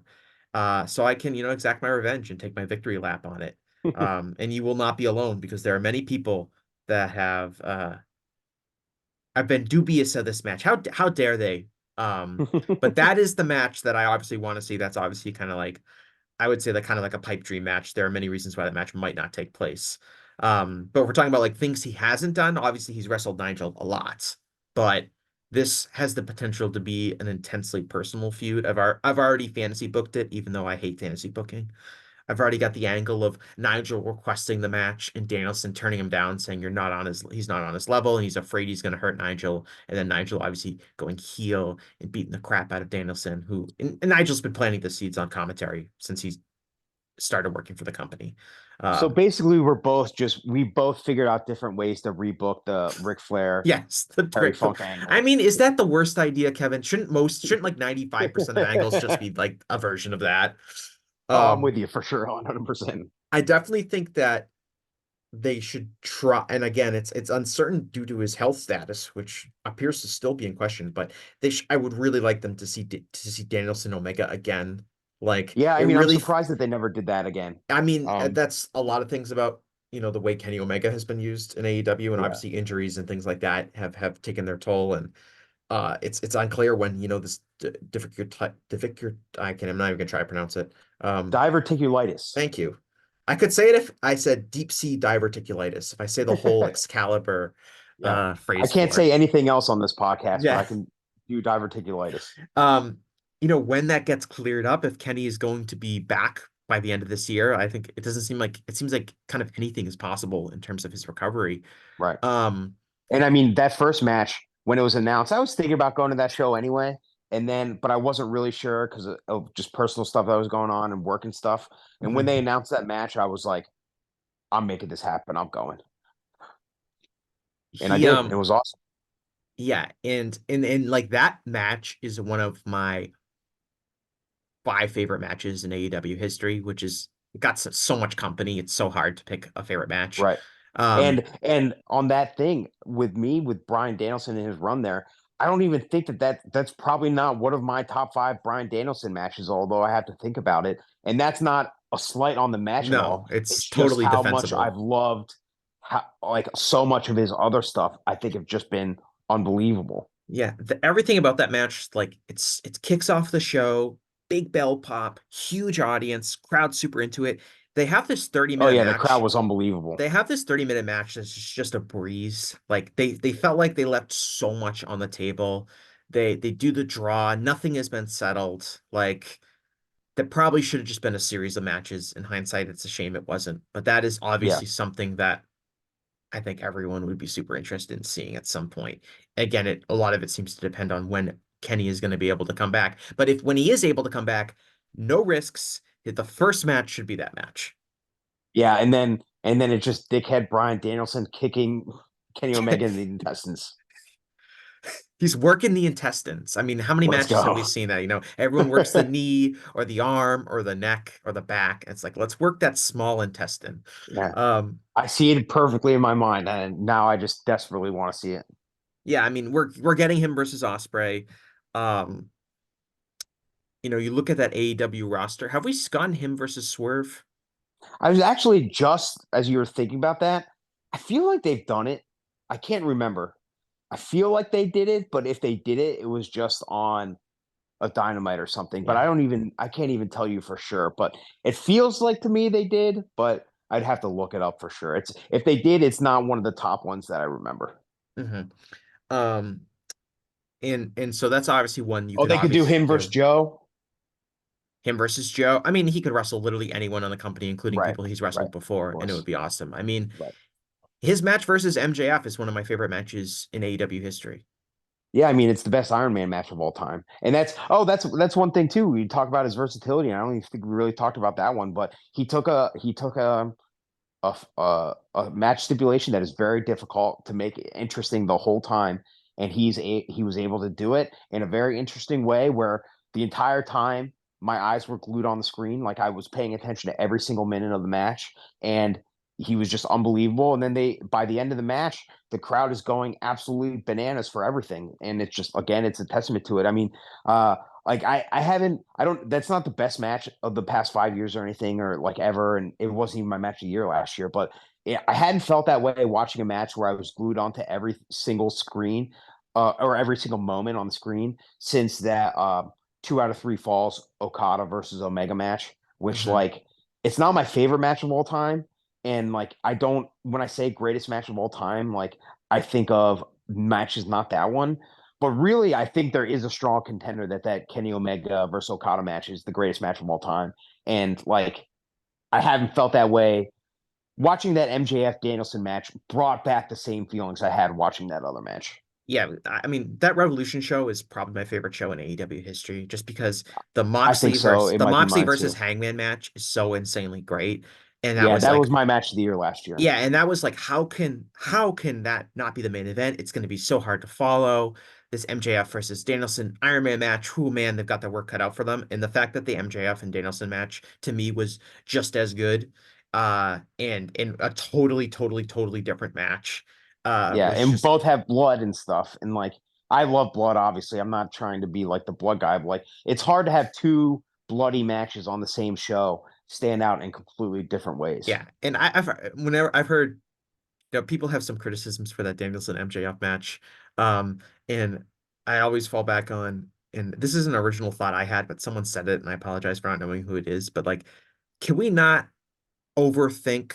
Because people say like, oh, Danielson didn't sell this and sell that, and there's just no urgency or things like that. And I always say like, let's not try to overthink a match that had a sold out audience standing and clapping for a half crab at like the 59-minute mark.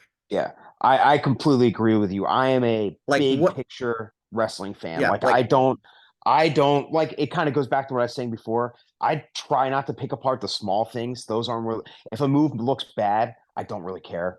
Like, within a match, if they can figure it out or whatever, like it doesn't bug me. I'm a big Mhm. picture guy. So I agree. Yes. Them standing and going crazy at the end of the match is more important than, oh, this guy didn't sell this or he At, no sold yeah, he was limping this second and wasn't limping this other second. Like I that yeah. doesn't At, bug at me. the end of like a 5 hour wrestling show too. Right, It's right. like midnight Eastern time, and they just watched this hour-long match, and they're topping for a move that hasn't finished a match in 65 years. Yeah. Um, Lance Storm not included.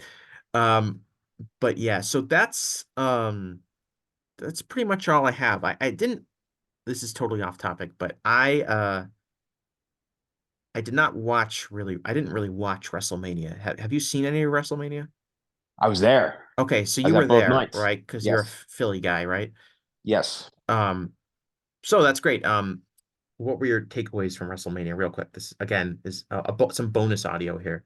Yeah, yeah. So I did 7 shows over the weekend. So I was at like some of the indie ones and Ring of Honor and stuff. Actual WrestleMania, I don't watch too much WWE. I was there with WWE. Like, well, I say WWE fans. Like the person I was with was one of my best friends, and he's a big wrestling guy. Like he watches everything. So it's not like he's a one of the like we Yeah. think of WWE fans who only watches it, but he really likes it. What's going on right now? So I felt kind of crazy with our back and forth. We're so far apart on a lot of WWE stuff right now that it made me question things sometimes. But I thought that night one was like okay. I thought that the Rhea and Becky match was good, and the Gunther versus Sami Zayn match was good. Although um, not even out of WWE thing, I think that both of them would have a better match in a different era of WWE, like a recent era. It wasn't like the peak of what that match could have been, but like it was still good. I thought that night two, I thought the main event was pretty bad and boring. Um, if you condense that into like 15, 20 minutes, I think I accept it. But like 45 minutes, it just felt very long when you kind of knew what was going to happen there. What was the heat like for that match? Because that's one of the few matches I have seen. I watched the Uso brothers match. I watched the main event from night one. I watched the Sami Zayn Walter match, and I watched the main event from night two. That is all I've seen from WrestleMania. It's probably Yeah. all I'm going to see.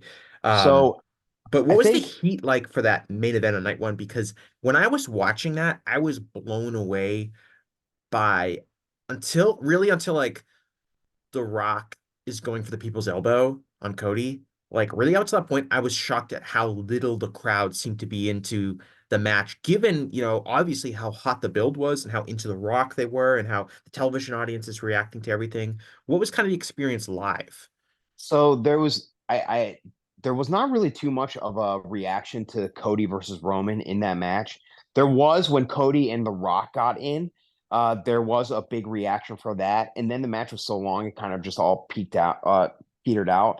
Um, I think in hindsight, I the match the next day was very hot. Like the crowd was very pro Cody, very anti Roman. Like even though there were tons of Roman fans in the crowd, like there that I saw, like it was very the crowd was the main event on night one made you question what the reaction would be on night two. But night two was the reaction was like what you would want it to be. Hmm. Like the crowd was very pro Cody. And what I realized, I thought about this afterwards, and I'm pretty sure that they just wanted the Cody versus Roman match. They didn't want another match before that. Like I don't think they really bought into the stipulation of it, and I think that they just like didn't. They just saw the tag match the night before as like a gateway to the match they actually wanted to see. Yeah, So and that like that I checks out haven't to me. discussed that with anybody, but that's just like thinking about it. It's like, okay, the match night two was hot. The match night one wasn't. They wanted Cody to win, and there were no real stakes to night one. Like, who cares? Who really cares about the bloodline rules part, right? Like, I'm sure some people bought into it, but like, it doesn't really matter, right? That match doesn't really matter. It's just shoehorned into night one. I think if you have a different main event night one, like not related to the Cody universe, it probably is hotter. But Yeah, well, I think that makes a lot of sense because I think the fans were into seeing The Rock, and they were yeah, into like I said, when he went for the people's elbow, they all stood up and all cheered and things like that. But they were not interested in the actual wrestling match at right. all because, And the like you night said, two, they were. like you said, they kind of saw that as just like unnecessary preamble to getting to night two. Yeah, Um, if they had done a stipulation where like Cody needs to win the match or he doesn't get his title shot or something like that, it might have been different. But because like nobody bought the stipulation of like we know that The Rock is going to get involved in the match somehow on night two. So like the idea of like, oh, the bloodline will be banned from ringside and things like that. The fans weren't into that. And the match was long and plodding and it was punch kick and it was a lot of the things I don't like about WWE's main event style these days. Um, and it just killed the crowd. I know people were saying like it was cold, which I suppose it was, but it was cold, but it wasn't that cold. like I mean you're at an event outdoor event in Philadelphia. Like does Yeah, anyone people know yeah, like what's do going people on. go to Eagles playoff games and be like, oh, it was quiet because it was cold? It's like if Yeah, anything, it makes and people louder and more energized. like it was cold, but I've been to way colder things. Like I was layered up. I had a jacket on. I was fine. Yeah, it So was like I like in don't like really the buy that too high much. 30s, low 40s. Yeah, I would probably like 40s, 50s. Yeah, I so don't even know. that's Maybe it was the 30s, but like I don't know. It didn't even feel that cold to me. yeah, so that's Yeah. that was something that's like, well, the crowd was cold and it's like I don't know, it's a sporting event in Philadelphia. Like those fans are used to like it's not like a bunch of I know people fly in, but it's not like a bunch of people flew in from Florida wearing Hawaiian Right. shirts and Right. khaki shorts and sandals. Right. Um, And I did think night two was better than night one. I thought that it was overall most of it was good. The street fight wasn't very good, but like the rest of it I thought was good. you And the didn't main buy it event, as a I think tribute to ECW? I knew that the Philadelphia street fight was going to happen, but I thought it was going to be the Usos match. And the fact that the Usos match was not, and it was what it was, and then this match was the street fight that was ended up being that, it was just so weird. Yeah, the Usos match was the first match I saw because when people were talking about it, I was intrigued by how bad it could be Right. Yeah. because I was like, if you were to ask me like what would be the over under cage match rating for that match before it took place, I would probably say like 7, and Right. it was like a 2. Right. Even by current cage match standards, which is very seems to be very forgiving towards WWE. So I was fascinated by like, what actually happened in this match. How could it be this bad? And like Rich Kramer was telling me, like it should be studied how bad it was. Um, and when you mentioned Bryan Danielson Ricky Starks strap match earlier about like Danielson steps into that match like essentially no build. Um and just like right from the get-go, it has the intensity of this blood feud. And in kind of how he's able to sell the intensity of the match despite there being really no build or really no story between the rivalry between Bryan Danielson and Ricky Starks, and they're having what is essentially usually a blow-off match. Um, and like I was thinking when you mentioned that, like how that was like the complete opposite of the Usos match, which is a match with like, despite having this incredibly long build that dates years and years and years back, um, that they had this match that didn't have the like action and intensity of a match that it should have had. And what that says about the Usos as wrestlers and what it says about Bryan Danielson as a wrestler. It's just kind of something that Right, stands out. right. Um, oh, this was a talking point. I forgot. I'm switching away from WrestleMania because I forgot to bring this up, but this is a very key point of Bryan Danielson I wanted to ask you. Is is Bryan Danielson the most beloved wrestler of the 21st century? Hmm. I think that's. Who I'm doesn't trying to like him? think. And Yeah, I mean, how remarkable is that of an achievement in this era where people are ridiculous online and everyone has a bunch of haters, and yeah, he jumped from WWE to AEW, which should be like a cardinal sin, and he doesn't fit the Vince McMahon mold of wrestler, and online fans have been obnoxious about supporting him throughout the years. yeah. Like despite all of that working against him, he seems to be beloved by literally everyone. I think that that's probably true. I mean, I'm trying to think of other guys, and like I was thinking, John Cena and like John Cena now. Like obviously, when he was a wrestler, he was very divisive. I think most people have come around to John Cena now, Well, and he there's might be guys like more beloved in the sense like there's just people that more people that absolutely love John Cena than anyone else, right, but right. just What I someone even who has like universal approval right. rating. I more so mean I don't think there's as many Cena detractors these days as there were. Um, No, because we saw but like that what came after him. yeah, yeah, exactly. Like, that's a different topic of John Cena kind of being one of the more underrated WWE wrestlers Mhm. ever, but that's a completely different thing. Oh, I But agree. I agree with that. yeah, yeah, of course, 'cause Boston.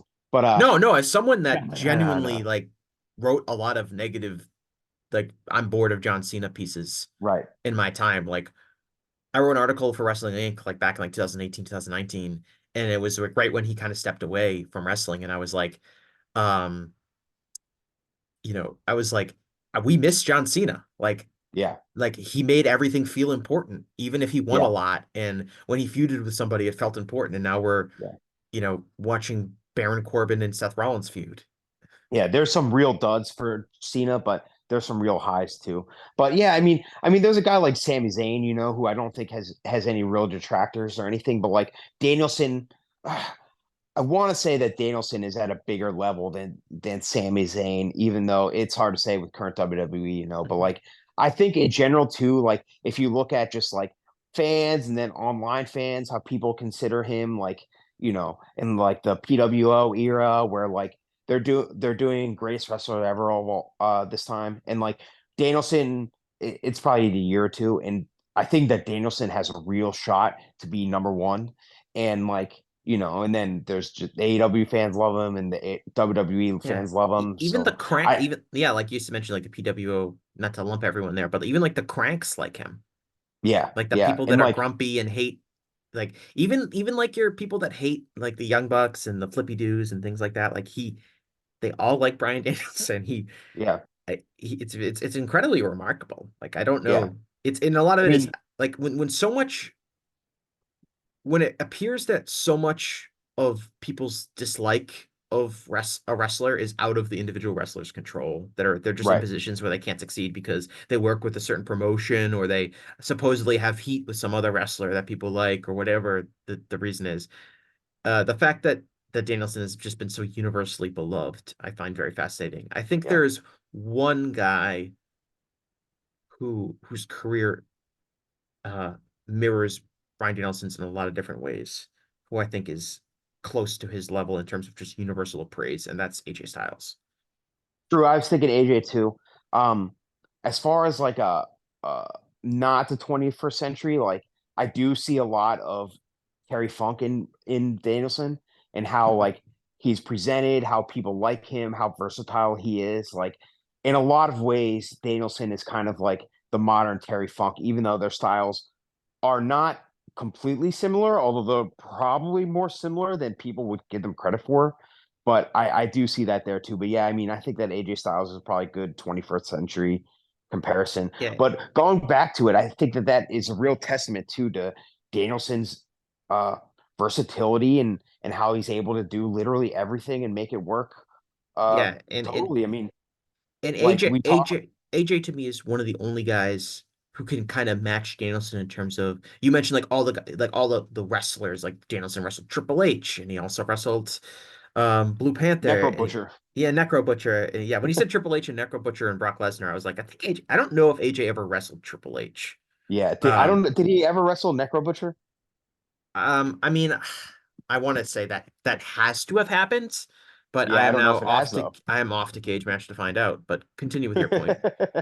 Oh yeah, I was just gonna say like you know, there's going back there, there's not many people have that long stretch of uh Being considered one of the best in the being considered world. one of the best. Yeah, but also there's not many wrestlers that are as versatile as him in what their great matches are and how many great matches there are, and not even in the like. I think it's easier today have a great match. Like the athletic um ability is so high now that it's easy to have a great match, but there's not that many people over their career who have as many great matches in different ways than he does where like if I were to do greatest match ever, like, or sorry, greatest wrestler ever, and I would think like my strong contenders would be guys like Terry Funk, who Terry Funk has great matches all over the place, but Terry Funk is like the ultimate fives wrestler, right? He feels like uh you just want to watch Terry Funk matches because it's Terry Funk.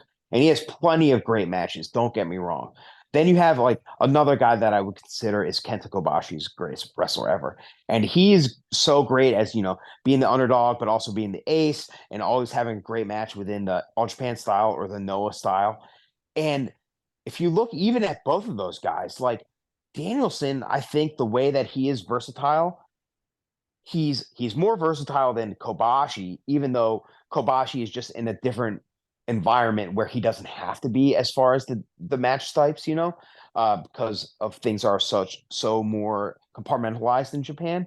But still, even Terry Funk, like Danielson is able to do everything that Terry Funk did, the brawling, the technical stuff, the comedy stuff, whatever. And Danielson probably does even more than him and probably has more good matches in whatever style than Terry Funk and probably has more great matches to scale, like even beyond the fact that like athleticism and stuff is higher now. Like there's a real strong case that Daniel Bryan is the greatest wrestler of all time just because of how much different stuff he is able to do in a great and convincing way. Like, I don't know if I would choose him as the greatest wrestler of all time. This is not necessarily an argument of saying like Daniel Bryan, Bryan Danielson is the greatest ever. But if you look at what he's able to do, I mean, there is a real strong chance that he is the greatest ever. And if not, I mean, I think that anybody would have to have him at least top 10, maybe top five. I think it's just like if you look like example, a contemporary, right, is Kenta. And Kenta could be considered people's like favorite wrestler ever. And he has this era of that's just like you could say like watching Pete Kenta, you'd be like, that's the greatest wrestler I've ever seen. His peak is like 8 years at most, maybe, like, and you look at Danielson and what he's doing now, it's like it's so crazy and so good still. It's just like I don't know. It's It's really hard to imagine somebody being better than him. yeah, I don't know. I really it's have to think about it. yeah. I always it's really hard. Like I actually I could never do like the exercise of like who is the greatest wrestler of all time and then try to Right. also be somewhat objective about it just Right. because and I think that's why it's easier to do buckets than like I this guy love is actually right. yeah, I love so many wrestlers in different ways. Right. That's hard. Like even like you're talking about like that Danielson has greater diversity and stuff than Terry Funk does. And I'm not disputing that at all, but it's like, Right. Terry Funk's career started 60 years ago. Right. Right. Right. Like it's Yeah. it's Like, it's it's hard, and it's hard like I've always, even when comparing like um even when we're talking about like wrestler of the year and things like that, when we're looking at wrestlers who are wrestling in the same years, and it's depending on what kind of promotion you're in and the kind of opportunities you're given, it can be much easier or much more difficult to be wrestler of the year. And how do you factor that in? It's like any kind of sports conversation where it's like when you're talking about like MVP, and it's like, well, that guy, his team won 60, if it's the NBA, it'd be like that team, his team won 60 games. It's like, well, his team had more help. This guy whose team won 50 games, he was everything to that team, so he should actually be the MVP. And it's like, right. you can credit guys for being, like I think like New Japan guys, um, especially in the last 10 years, have had a big advantage because, they have the G1 where they wrestle for the most part like 10 other great wrestlers in high stakes singles matches. And that just allows them to pad their stats of how many great matches they had, how many 4-star matches they had, etc. Versus, I think, like, certainly a WWE wrestler, and we can talk about Bryan Danielson in WWE. Like, Bryan Danielson wasn't having as many, you know, I think objectively great matches in WWE Yeah. during I his don't think he time ever there got than as like, right, than like, Hiroshi Tanahashi was having in New Japan. I was like, does that mean that Hiroshi Tanahashi is better than Bryan Danielson, or is it because obviously Hiroshi Tanahashi was in a position where he was able to wrestle all these guys in high stakes matches, and right. it just it's like a dumb, it's like honestly like a dumb argument to have with any certainty. It's kind of Yeah. fun to Like, discuss, but like we all know, right. like That's why I did feel like we were going, like, I say we, but you and I were involved in the discussion, but just in general too. I did feel, going in circles about the Osprey versus Danielson argument, because it's exactly what you're saying. Like, we're never going to find the common ground because we're evaluating it slightly different ways, and what we're valuing is slightly different. But I think it's important that people understand, like, this is how I'm coming approaching this. And like, the Osprey arguments, I completely understand and I respect, and I get why people would think that way. But I just want to say, hey, this is why I think Bryan Danielson is the wrestler of the year, because of why he's able to do these things well, I think, better than anybody else.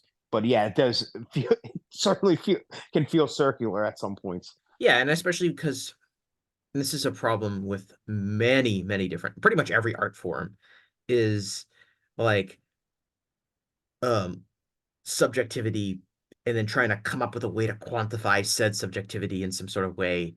And it's just like impossible. Like, I enjoy, like, like I said this like a year or two ago, and people were surprised that I said it, but I was like, to me, if like who's a better wrestler, Kenny Omega or Bryan Danielson, I'm like, Kenny Omega blows Bryan Danielson away. Okay, that's just the way I feel.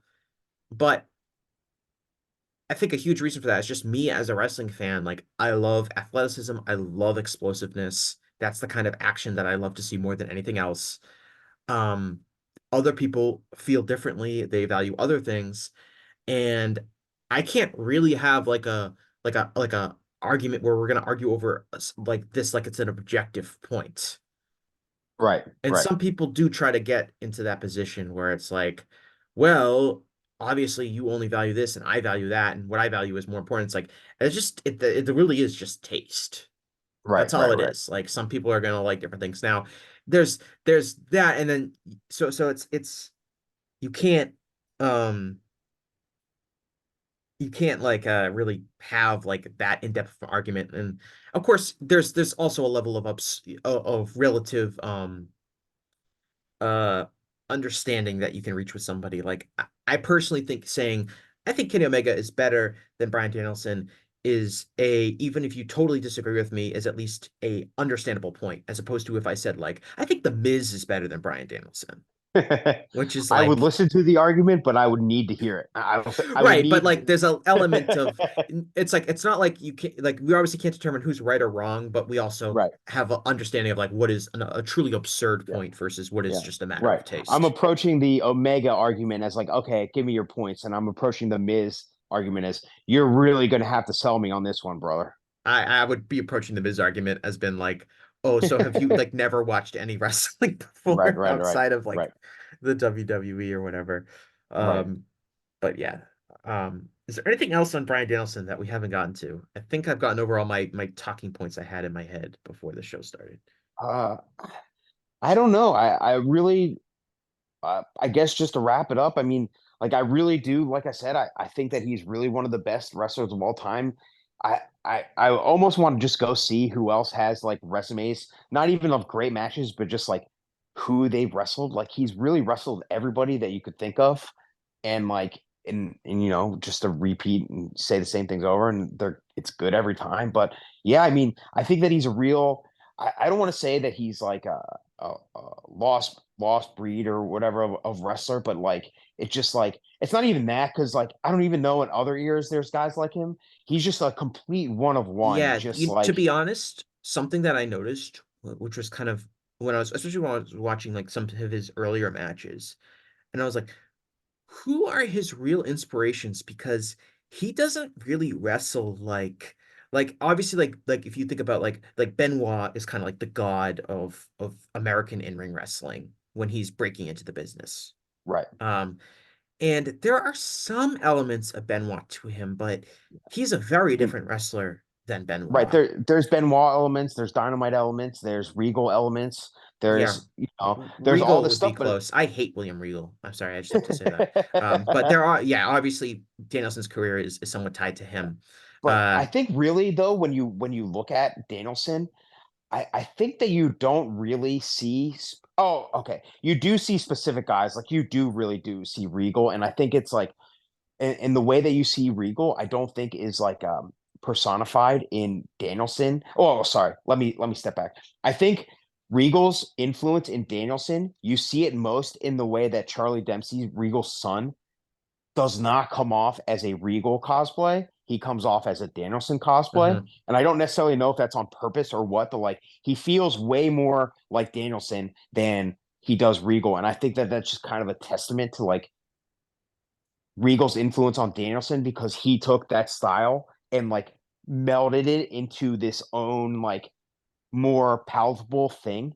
And then that's what his son, who's obviously trying to do that style, he's going to the well of Danielson more than he is the actual like inspiration for it, you know?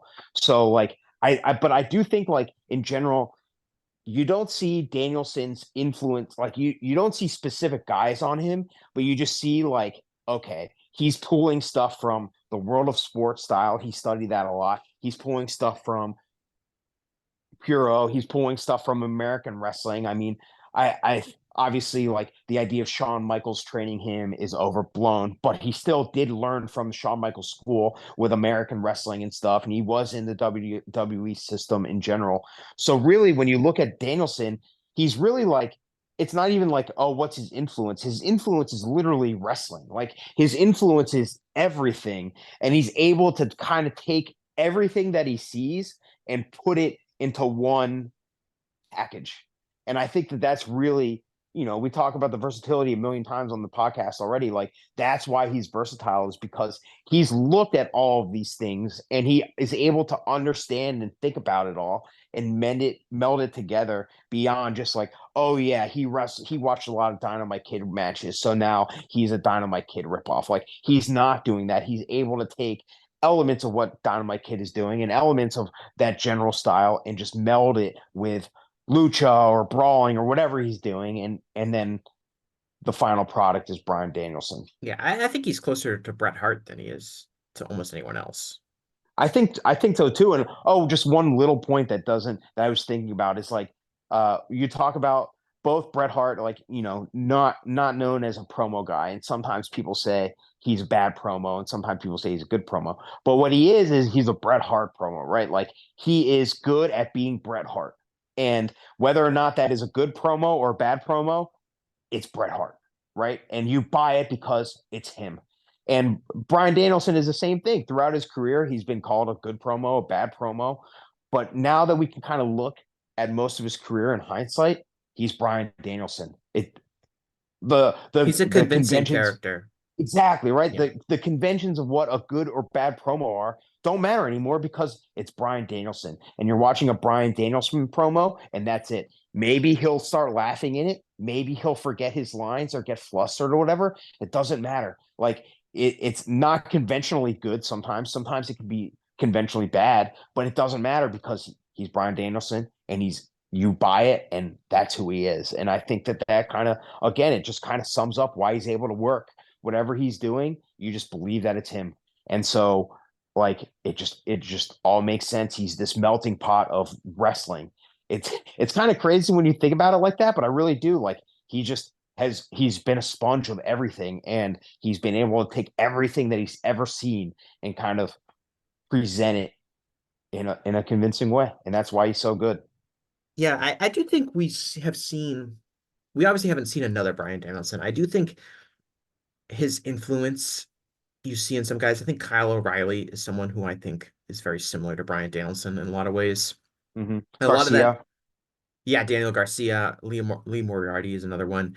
I And think like I part of, said, Charlie Dempsey, I think the matches I've seen of him yeah, this year, I just go like, oh yeah, he's doing. They want you to think he's doing Regal, but he's doing Danielson. he's doing like Regal through the lens of Bryan Yeah, Danielson. Like yeah. he, and part of that is like I think Danielson was kind of a like kind of like an early adopter of some of the like MMA influence stuff. Like we're gonna get on the mat, we're gonna grapple, I'm gonna wear kick pads, I'm gonna kick you in the chest, like that kind of stuff that I think Right, would have happened anyway, but because Danielson was an early adopter, he kind of comes across as one of like the first guys kind of to do that kind of style of pro wrestling.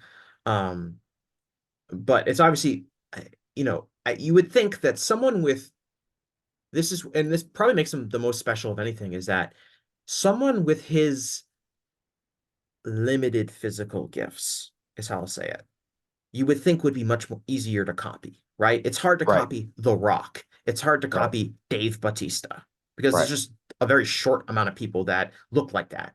But Bryan Danielson has because he's not particularly big and because he's not particularly super athletic, like you would think would be someone that a lot of wrestlers could copy themselves after. And we would see all these Bryan Danielson clones everywhere, but we don't. And it's because his brilliance is very, very, very hard to replicate. Uh, Almost more so than there are than any physical skill or physical ability that another wrestler would have.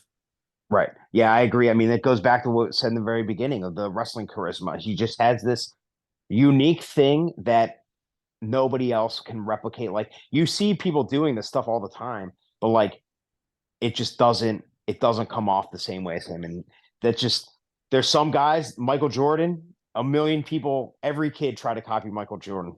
Nobody's ever able to do it because it's Michael Jordan.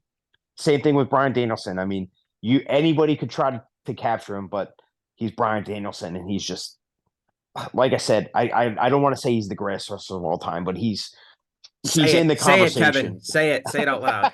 All right, he's the greatest wrestler of all time. But yeah, like How dare you? but like that's why he just has the thing, the competitive thing. But he's instead of the competitive athlete gene came to Bryan Danielson, who's a wrestling nerd. So instead of like wanting to win as many titles or whatever, he put that gene into being as great of a wrestler as he possibly could. And it's just like it's the same thing as the Brian Jordan, Michael Jordan, Ryan Jordan, great two-sport Brian athlete. Jordan, yeah, the Atlanta Braves. As a Phillies guy, I wasn't a Brian Jordan fan, but Michael Jordan, Kobe Bryant, like it's the same thing as those guys. It's just Tom Brady. It's the same thing as that, except it just happened to be put into a wrestling nerd and not a peak athlete. Yeah. All right. Do you got anything you want to plug that we haven't gone over yet? No, just the only thing is Wrestling 101. If you're not familiar, it's just me and Robin Reed from Voice of Wrestling. We had discussion a while ago at this point about just, making a list of the 101 wrestling matches that we think any fan should see.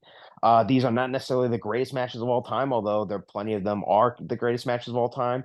But we just think they're 101 matches that kind of paint a picture of what wrestling is that we think are either canonized or there's something specific within the match that has been influential or important or iconic or whatever and the list is not meant to be in this all-encompassing serious thing, but it's just 101 matches that people should that resonate and people should see. So we're in the middle of that now. It's been a very long project. I think at this point it's been going on for probably 2 years, I think, at this point.